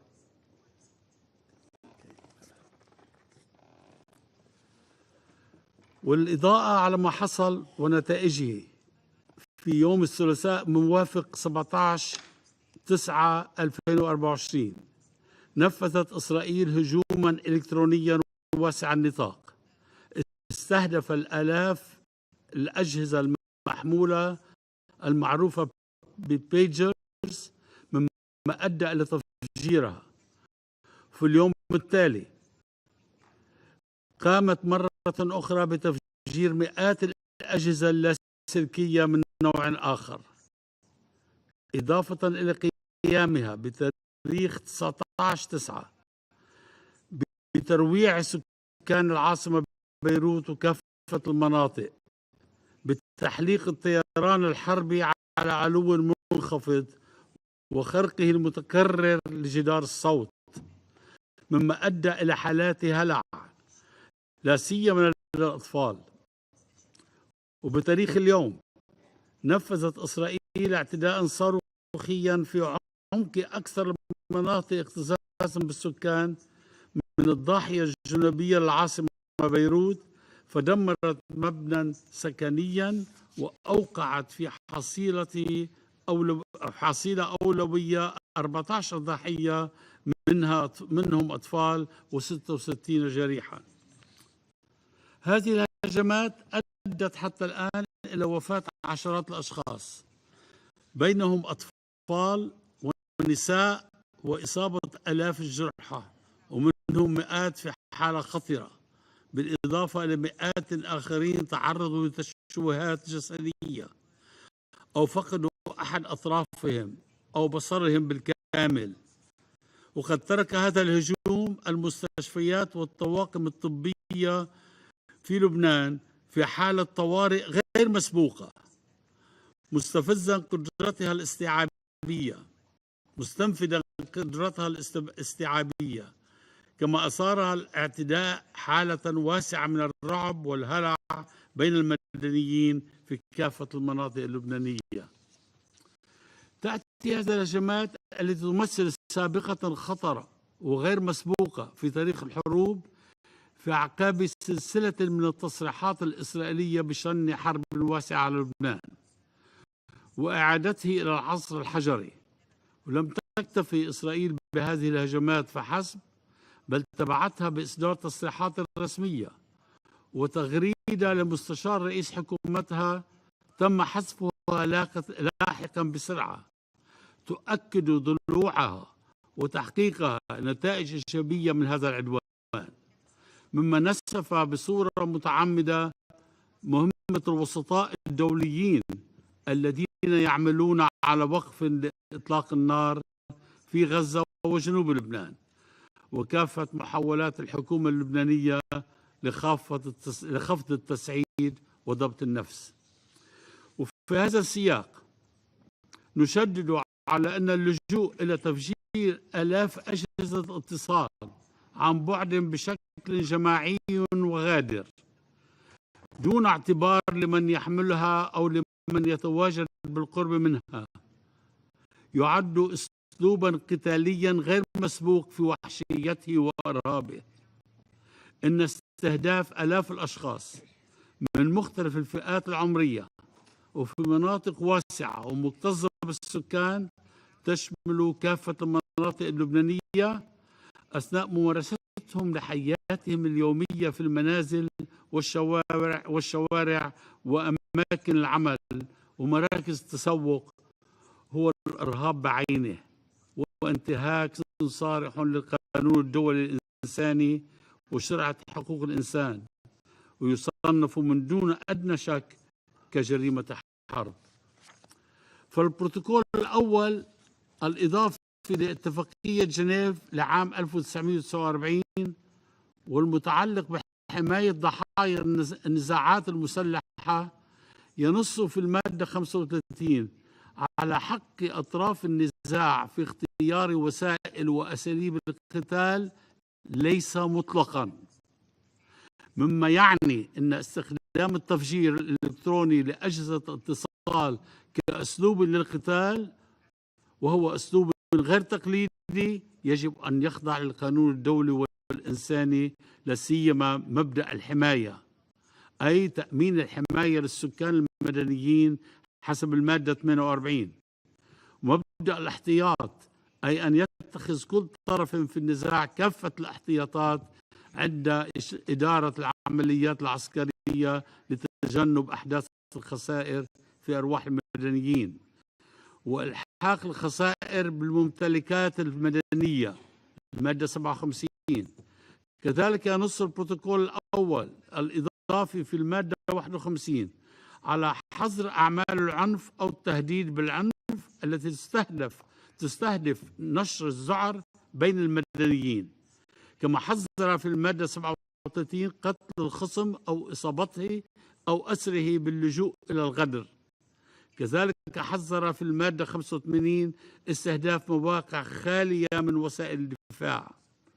وأيضا قامت إسرائيل من خلال هذا العدوان الإرهابي بخرق المبادئ الأساسية للقانون الدولي الإنساني لجهة عدم التمييز بين المدنيين والعسكريين، حيث استهدفت المدنيين بصورة عشوائية، كما أن عملها هذا لم يكن ما يبرره، إضافة لأنه لم يكن متناسبا. السيد الرئيس، لقد أصبح من الواضح أن إسرائيل لا تلتزم بالقانون الدولي والإنساني ولا بالقرارات الصادرة عن أجهزة الأمم المتحدة ومنها مجلس الأمن، وأنها لطالما تجاهلت وتتجاهل الشرعية الدولية وحقوق الإنسان لأنها اعتادت أن لا تحاسبها الدول على أفعالها، حيث تصدر مواقف خجولة تجاه ارتكاباتها لا تتعدى للأسف، مما يشجعها على الاستخفاف بقرارات الشرعية الدولية التي لم ينفذ أي منها بحق إسرائيل منذ العام 1948 أي قرار، فأصبحت الأخيرة دولة مارقة. ومع ذلك لا يمكن قبول هذه الحقيقة كأمر واقع، إذ لا يمكن السماح لاستمرار إسرائيل في الإفلات من العقاب والمحاسبة. فلم تتعلم إسرائيل شيئا من اجتياحاتها المتكررة للبنان على مدى عقود من الزمن، حيث لم تحصد سوى الخيبات والهزائم، وآخرها هروبها من لبنان عام 2000 تاركة ورائها سلاحها وعتادها. فالمغامرة الجديدة التي تبشرنا بها إسرائيل لن تكون سوى نسخة قبيحة عن سابقتها وتكرارا لما حققته الحرب العقيمة على غزة وأطفالها، أي البؤس والتطرف والدمار، وقد تؤدي أيضا إلى حرب إقليمية طاحنة تختلف عن كل سابقاتها من حيث رقعتها الجغرافية على امتداد الشرق الأوسط وأنواع الأسلحة الفتاكة والدقيقة وحجم الدمار وأعداد الضحايا. سيد الرئيس، لقد بح صوت اللبنانيين حكومة وشعبا بأننا لسنا هواة حرب ولا سعاة ثأر، بل نطالب بالعدالة والحل الدبلوماسي وعودة النازحين إلى قراهم. فلتعلم إسرائيل مهما بلغت قوتها العسكرية والتكنولوجية بأنها لن تعيد نازحيها إلى قراهم بقوة السلاح، بل ستهجر من لم يتهجر بعد إذا وسعت اعتداءاتها، وبأن لا مكان لها في هذا الشرق إلا بالتصالح مع شعوبه وليس فقط مع حكامه، من خلال إعطاء الفلسطينيين حقوقهم المشروعة ودولتهم الموعودة من هذه المنظمة بالذات منذ أكثر من 75 عاما. فمهما طال الزمن وكثرت التضحيات ستعود الحقوق إلى أصحابها. لقد جئنا إليكم اليوم ليس فقط دفاعا عن لبنان وضحاياه الأبرياء، بل حفاظا على إنسانيتنا جمعاء، طالبين إدانة الهجمات الإسرائيلية الإرهابية بصورة واضحة وصريحة، وتحميل إسرائيل المسؤولية الكاملة على تخطيطها وتنفيذها وما تشكله من اعتداء سافر على سيادة لبنان وسلامة أراضيه وخرق صارخ لميثاق الأمم المتحدة والقرار 1701. ويطالب لبنان أيضا بوقف آلتها الحربية لتجنب اندلاع حرب إقليمية مدمرة والحفاظ على مصداقية الأمم المتحدة ودورها في صون الأمن والسلم الدوليين، والذي يظل لبنان مؤمنا بأهميته على الرغم من كل ما حدث ويحدث. لسنا نبحث اليوم عن قرارات جديدة تبقى حبرا على ورق كما جرت العادة بكل أسف بكل ما يتعلق بإسرائيل ومصالحها. السيد الرئيس، في الختام شكرا من القلب إلى الجزائر الشقيقة ممثلة المجموعة العربية في مجلس الأمن التي عودتنا على الوقوف إلى جانب لبنان ومساندته في السراء والضراء. إنني أناشد أعضاء هذا المجلس أن يقفوا على الجانب الصحيح من التاريخ وأن يدافعوا عن العدالة والسلام وأن يدعموا لبنان في سعيه لتحقيق الأمن والاستقرار. لقد وصلنا اليوم إلى لحظة الحقيقة وجئنا لنضع أنفسنا بتصرف عدالة الأمم المتحدة ومصداقيتها أمام العالم أجمع. فإما يفرض هذا المجلس على إسرائيل وقف عدوانها وتطبيقها لقراري مجلس الأمن 1701 و2735 ووقف حربها على كل الجبهات وعودة النازحين إلى بلداتهم، وإما نكون شهود زور على الانفجار الكبير الذي تلوح تباشيره في الأفق. فاعلموا اليوم وقبل فوات الأوان بأنه لن يوفر شرقا ولا غربا. ساعة لا ينفع الندم ونعود جميعا إلى عصر الظلمات. الحرب من أمامكم والقرار 1701 و2735 في أدراج مجلسكم. الخيار لمجلسكم، فهل سيتحرك مجلسكم الكريم بسرعة وحسم فتقف طبول الحرب التي تدق أبواب الشرق الأوسط بأسره، أم سنبقى متفرجين على تدحرج كرة النار؟ الخيار لكم، فاختاروا ما بين السلام والنار. لقد أطلقت صرختي من على هذا المنبر وأكررها هذه المرة للمرة الثالثة، ونحن في خضم الصراع. أعطوا السلام فرصة، أعطوا السلام فرصة قبل فوت الأوان. ألم تشبع إسرائيل حروبا وقتلا ودمارا؟ ألم يحن الوقت بعد لاختصار المسافات والعذابات علينا جميعا لنزرع بذور مستقبل أفضل لشعوبنا ولنرفع أوزار هذا الصراع عن الأشياء القادمة؟ وشكرا. I thank His Excellency Mr. Bo Habib for his statement.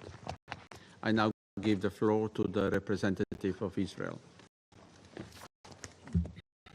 Thank you, Mr. President.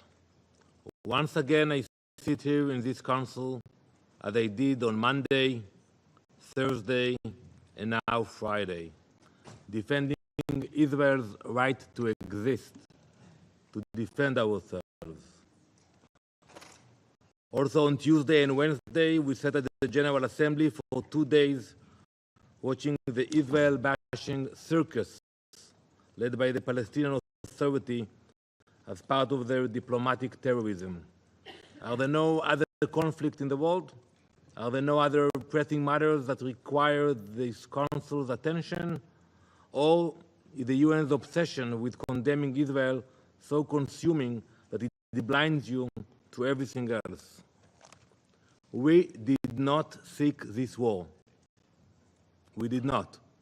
On October 8th, while Israeli civilians were still being slaughtered in the south by Hamas, Hezbollah, I haven't heard you, Mr. Minister, mentioning Hezbollah even once in your speech. Hezbollah unleashed hundreds of rockets at our civilians in the north. This was not provoked. It was a calculated assault to show support for Hamas, a declaration made by Hassan Nasrallah himself. Since that day, over 8,000 rockets have rained down, 46 of our people have been murdered, 294 injured, and more than 60,000 remained displaced, unable to return to their homes in the north as Hezbollah attempts to burn them to the ground. Every day, Hezbollah's rockets deliberately target our civilians, attempting to destroy homes and force entire communities to flee in fear. Families have been torn apart. 12 Israeli Druze children who were playing soccer one moment were dead the next. And still, the terror continues every day. Where was the international community? Human rights? Nowhere. Every day, rockets, missiles, drones. Hezbollah's relentless attacks have forced innocent civilians, parents, children, the elderly, to abandon everything. They are now refugees within their own country, living in temporary shelters, unsure of when or if they will ever return to the places they once called home. This is not just the displacement of individuals, but of entire lives, memories, and futures. It has been nearly a year since they were forced to flee, and still they wait for the day when it will be safe to return. Israel will not allow this to continue. Our objective is very clear. We will restore security to our northern border, and we will bring our people home. It is our responsibility. The goal of returning our displaced citizens has been formally included in the objectives of this war. We will do whatever it takes to achieve this, and we will not allow Hezbollah's terror to dictate the future of our nation. If Hezbollah does not retreat from our border and back to the north of the Litani River through diplomatic efforts, Israel will be left with no choice but to use any means within our rights to defend our citizens and enable the evacuees of the north to return to their homes. Hezbollah has turned southern Lebanon into a war zone, using civilian homes as weapons depots and UNIFIL bases as launch points, digging tunnels beneath them, and using innocent civilians as well as UN peacekeepers as the human shields. This is not just an attack on Israel. It is a crime against Lebanon itself. Hezbollah has brought untold suffering, not just to Israelis, but to the Lebanese people, who are also trapped in the grip of this terrorist organization. If this modus operandi sounds familiar, it is because the same is used by another terror organization, Hamas, also using civilians. Yet, the Lebanese foreign minister who sits here today could not find the courage to even mention Hezbollah. We know that is a problem. If we will sit together, we can achieve very fast agreements about everything. I'm not familiar with occupation of Israel in Lebanon. I'm not familiar with major disputes. We can sit with your help and achieve some kind of a compromise. But we know that the real problem is not Lebanon. The real problem is Hezbollah. It is his government, after all, that bears the responsibility. They are incapable of implementing Security Council resolutions, nor preventing terrorist organizations from dragging their entire country into war.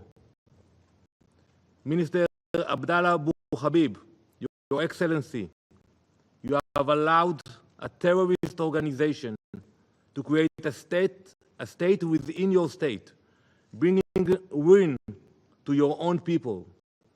Instead of blaming us, your peaceful neighbors, you should take action now to restrain Hezbollah and avoid greater escalation.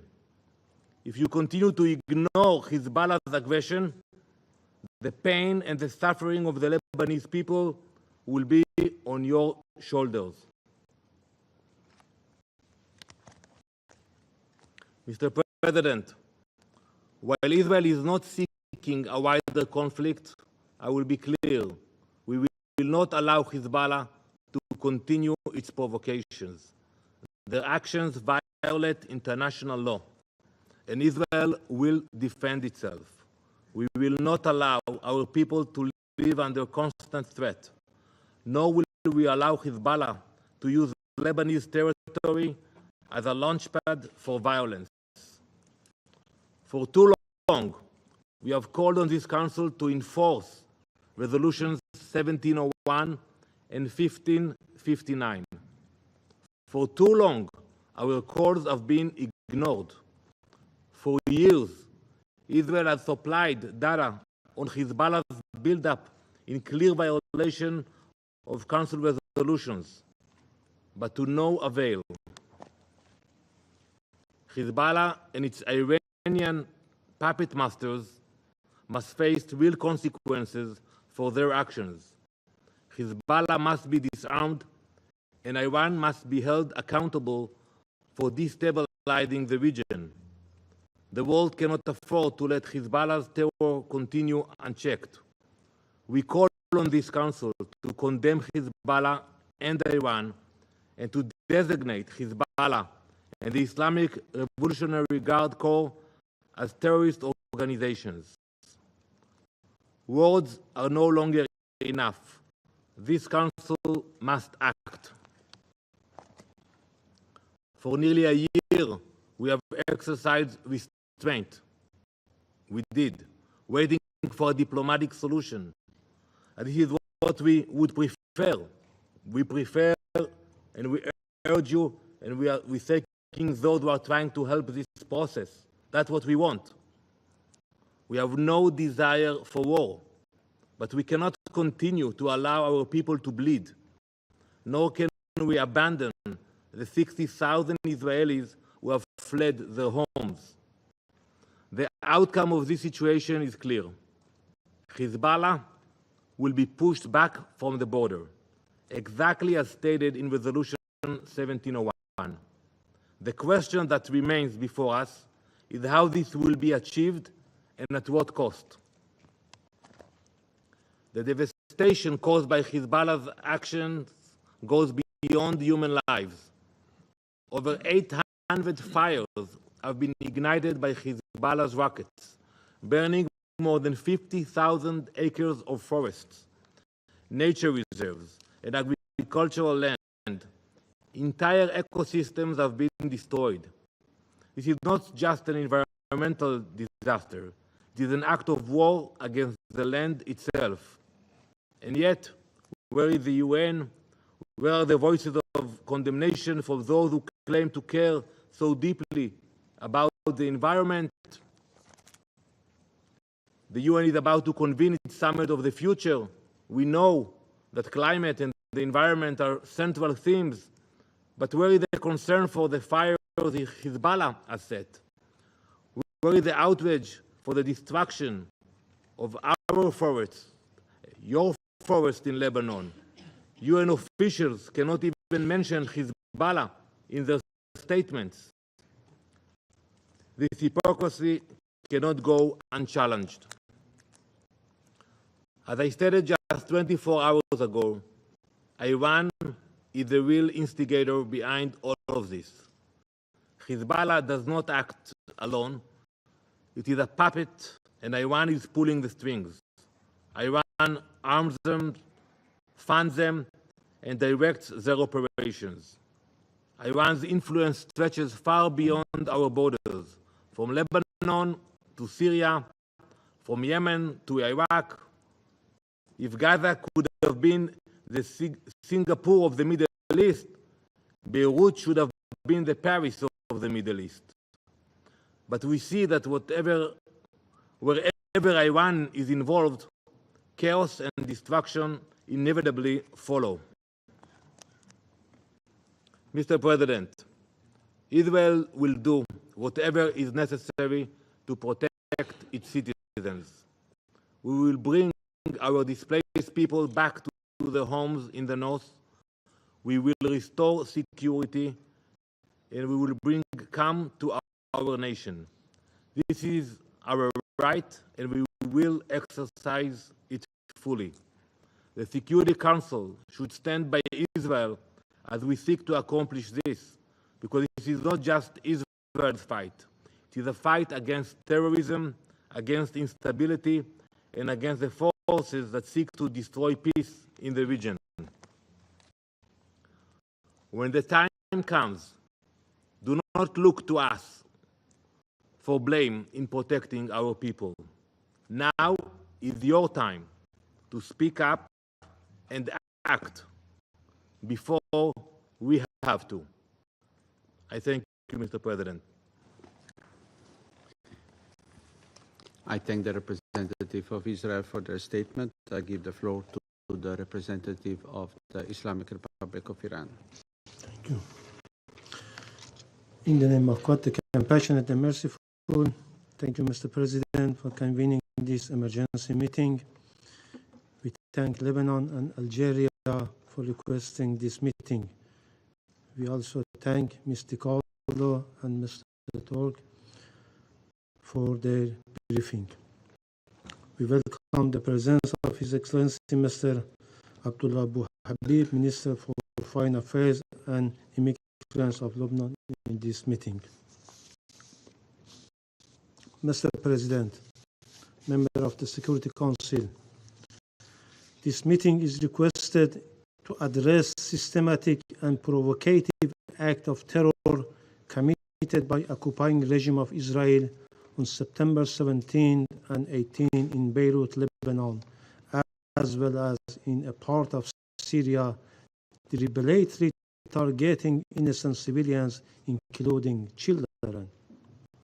The method of this barbaric attack was unprecedented, as it was covertly handheld communication device was deliberately detonated, resulting in the loss of at least 37 civilian lives and injuring thousands more, most likely of them injured from their eyes, including Iran's ambassador. Despite concerns by the international community, this regime continues its aggression against the sovereignty and territorial integrity of Lebanon and Syria.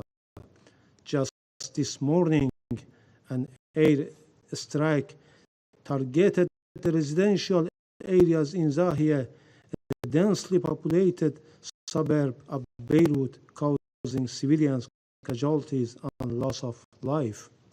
Mr. President, targeting thousands of people across various age groups in densely populated area of Beirut, whatever in their home, streets, workplaces, or shopping centers, is a clear act of terrorism and a flagrant violation of international law, in particular international humanitarian human rights law, and numerous resolutions of this body, especially resolution on the protection of civilians.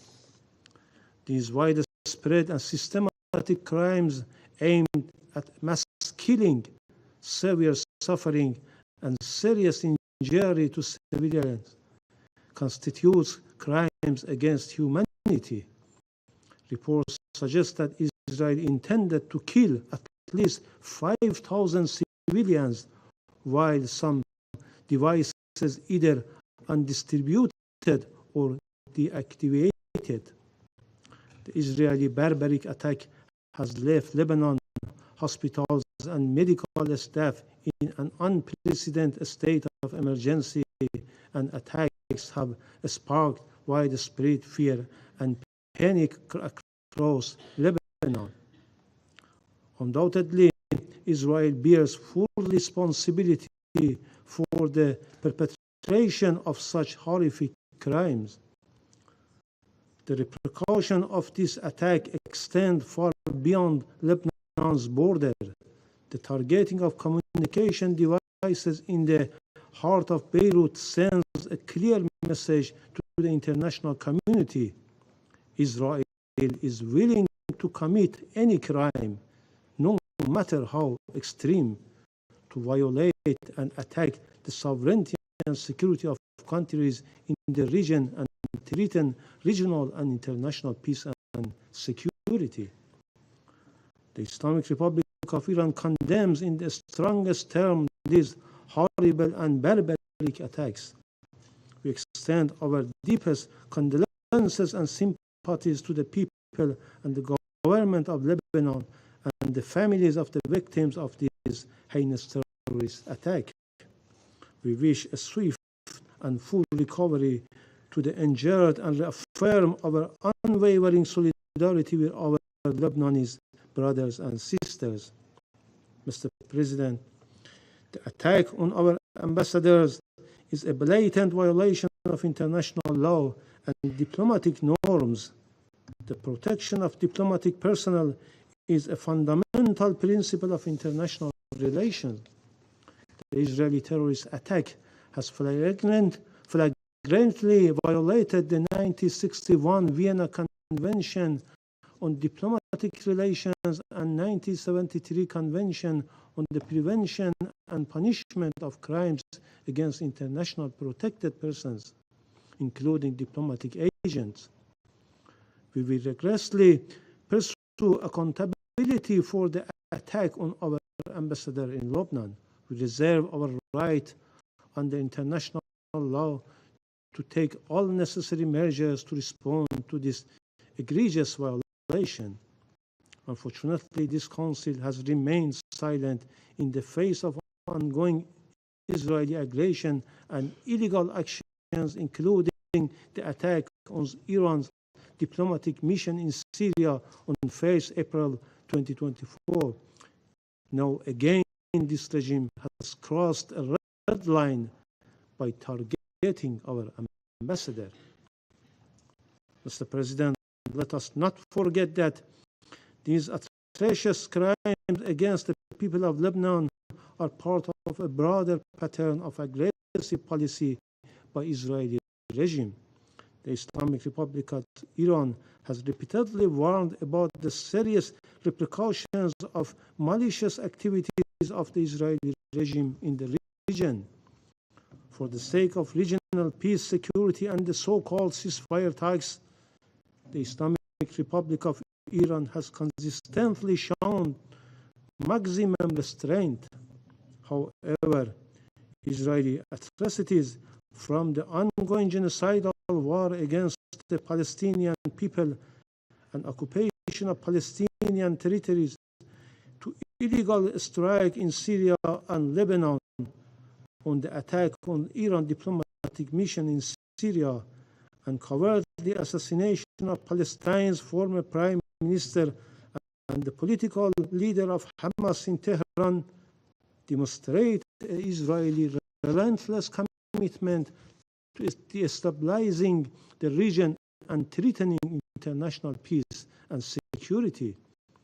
Mr. President, the gravity of Israeli atrocities against the people of Lebanon must be recognized not just as an attack on Lebanon, but as a threat to peace and security across the region. We must ask ourselves, how much longer will be the international community allow such atrocious crime to go unchecked? For decades, Israel has engaged in a pattern of aggressive actions aimed at destabilizing the region, whether through military operation, sabotage, or direct attack on civilians.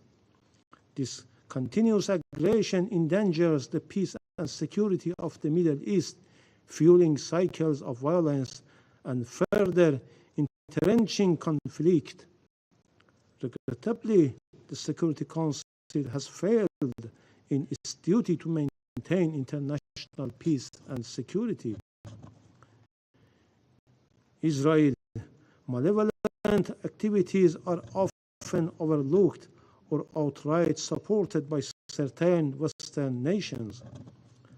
Unwavering political, military, and economic support provided to Israel by the United States and its allies emboldens this regime to continue its violations without fear of accountability.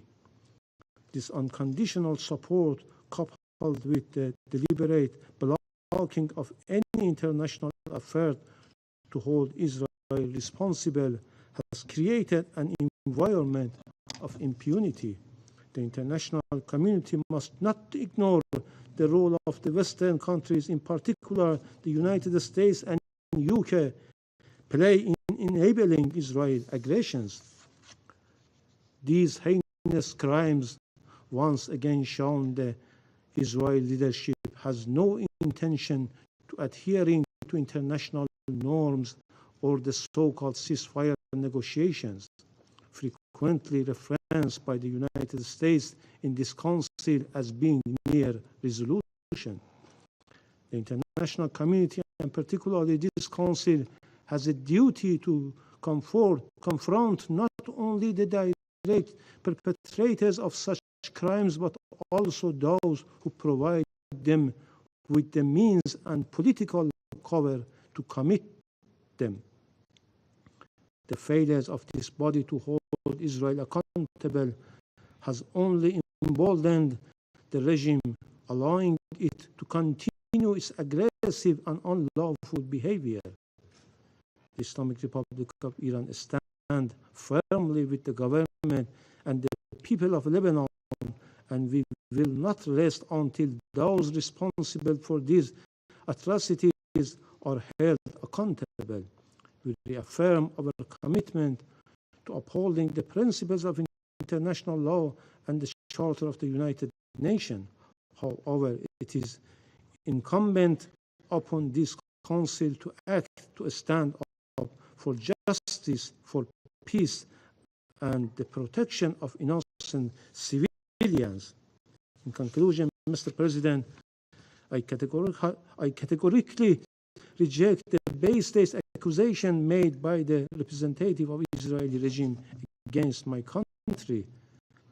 The representative of this terrorist regime, led by a notorious prime minister who is under arrest warrant by the International Criminal Court for the commission of war against in Gaza, consistently relies on lies and disinformation to evade responsibility and to shift blame onto others. The very foundation of this regime is rooted in aggression, occupation, terror, and genocide. So nobody will take seriously these unfounded claims. I thank you. I thank the representative of the Islamic Republic of Iran for their statement. I give the floor to the representative of the Syrian Arab Republic. شكرا سيد الرئيس. سيد الرئيس، أدلي بهذا البيان باسم المجموعة العربية في الأمم المتحدة في نيويورك، وأشكركم على استجابتكم للطلب الذي تقدمت به الجزائر الشقيقة العضو العربي في مجلس الأمن لعقد هذه الجلسة الطارئة في ضوء التصعيد الأخير في العدوان الإسرائيلي المتواصل على لبنان الشقيق منذ ما يقارب العام. وأرحب بمشاركة السيد وزير خارجية لبنان عبد الله أبو حبيب الموقر في هذه الجلسة. سيد الرئيس، لقد تعرض لبنان يومي الثلاثاء والأربعاء الماضيين إلى عدوان سبراني إسرائيلي استهدف آلاف المدنيين اللبنانيين في كافة أرجاء البلاد في توقيت واحد، وذلك من خلال تفجير آلاف أجهزة البيجر والأجهزة اللاسلكية، مما أسفر عن استشهاد 37 شخصا وإصابة 3250 غيرهم، لا يزال المئات منهم في حالة حرجة. بارتكابه لهذه الجريمة النكراء صعد كيان الاحتلال الإسرائيلي من إرهابه بحق المدنيين اللبنانيين عبر استهدافهم وأسرهم داخل منازلهم وفي الأماكن العامة التي يرتادونها دون أي اعتبار لمبادئ القانون الدولي والقانون الدولي الإنساني وحقوق الإنسان والحد الأدنى للقيم الإنسانية والحضارية. السيد الرئيس، إن همجية كيان الاحتلال الإسرائيلي ليست بجديدة، فقد قام منذ نشأته على القتل والإرهاب وارتكاب المجازر والفظائع، إلا أن الجديد هو ما اتسم به العدوان الأخير من توظيف للتقنيات الحديثة المدنية التي وجدت لخدمة البشرية وخيرها ورفاهها واستخدامها للقتل الجماعي للمدنيين.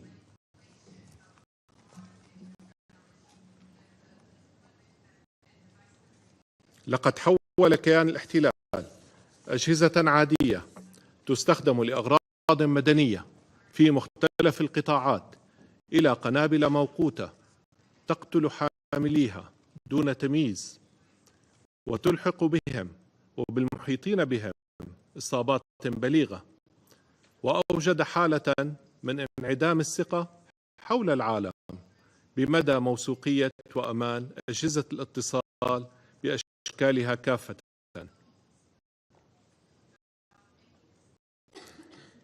لقد استخدمت سلطات الاحتلال الإسرائيلي على مدى الأشهر الماضية الهجمات السبرانية للتشويش على حركة النقل الجوي وتهديد أمن الطيران المدني الدولي وسلامة المسافرين في الأجواء اللبنانية وتعطيل الأنظمة التشغيلية المدنية وقرصنة شبكات الاتصالات والأجهزة الإلكترونية في المنشآت والمرافق الحيوية، وهي جرائم تؤكد جميعها استهتار إسرائيل بأرواح المدنيين وازدرائها للقانون الدولي والقانون الدولي الإنساني ومواثيق حقوق الإنسان.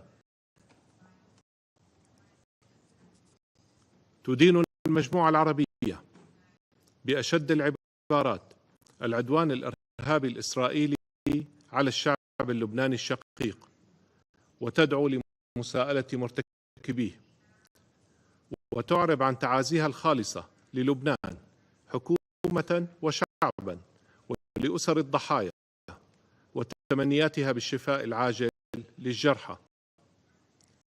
كما تعرب المجموعة العربية عن تضامنها الكامل مع لبنان ودعمه في مقاومته وتصديه للعدوان الإسرائيلي المتواصل الذي يهدد أمنه واستقراره ويلقي بأعباء إضافية على لبنان في الوقت الذي يواجه فيه تحديات كبيرة في قطاعات مختلفة بما فيها القطاع الصحي.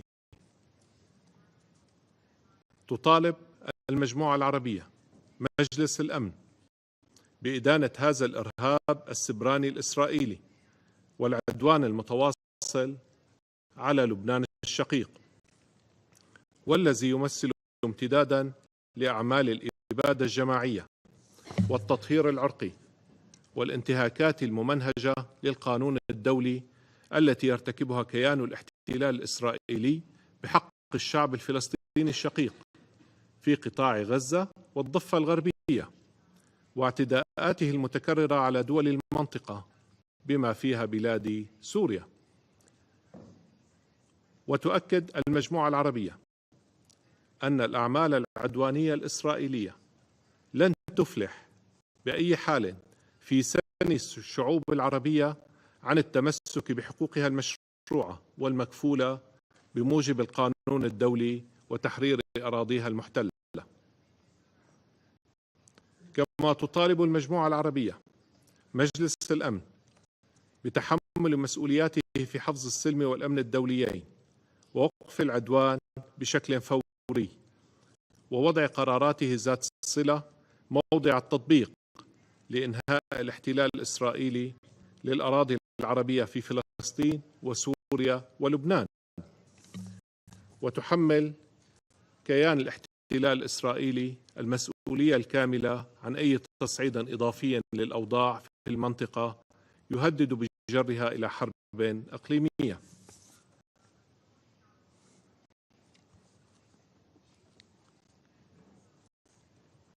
السيد الرئيس،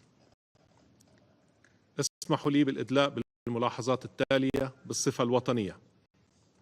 ينضم وفد بلاد سوريا لبيان المجموعة العربية، وتدين سوريا العدوان والإرهاب الإسرائيلي المتواصل على لبنان الشقيق، بما في ذلك الإرهاب السبراني الذي أدى لاستشهاد العشرات وإصابة آلاف غيرهم، من بينهم السفير الإيراني في لبنان. كما تدين بلادي العدوان الهمجي الذي استهدف اليوم الضاحية الجنوبية السكنية في العاصمة اللبنانية بيروت، وأسفر عن استشهاد 14 شخصا، من بينهم عدد من الأطفال، وإصابة 66 آخرين. تؤكد سوريا تضامنها القوي مع الشعب اللبناني الشقيق ووقوفها إلى جانبه، وتدعو جميع دول العالم وشعوبها إلى إدانة العدوان الإسرائيلي على لبنان والتحرك لوقفه ومساءلة سلطات الاحتلال الإسرائيلي عن جرائمها. كما تحمل سوريا الدول الداعمة لإسرائيل وفي مقدمتها الولايات المتحدة المسؤولية عن إمعان كيان الاحتلال في أعماله العدوانية وجرائمه الوحشية، وكذلك عن منع مجلس الأمن من الاطلاع بمسؤولياته في حفظ السلم والأمن الدوليين والتصدي للتهديد الذي يمثله كيان الاحتلال لهما. سيد الرئيس، ختاما، هناك سبب جذري واحد لما تشهده المنطقة العربية من عدم استقرار، ألا وهو استمرار الاحتلال الإسرائيلي للأراضي العربية المحتلة في فلسطين والجولان السوري وجنوب لبنان.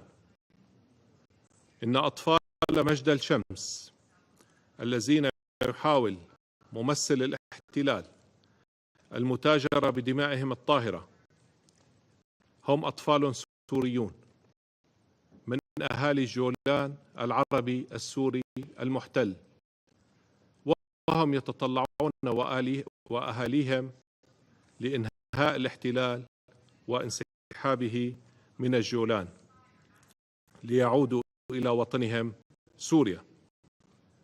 والحل في المنطقة لا يكون إلا بإنهاء الاحتلال الإسرائيلي ووضع حد لممارساته الإجرامية وانتهاكاته الممنهجة للقانون الدولي. شكرا سيد الرئيس.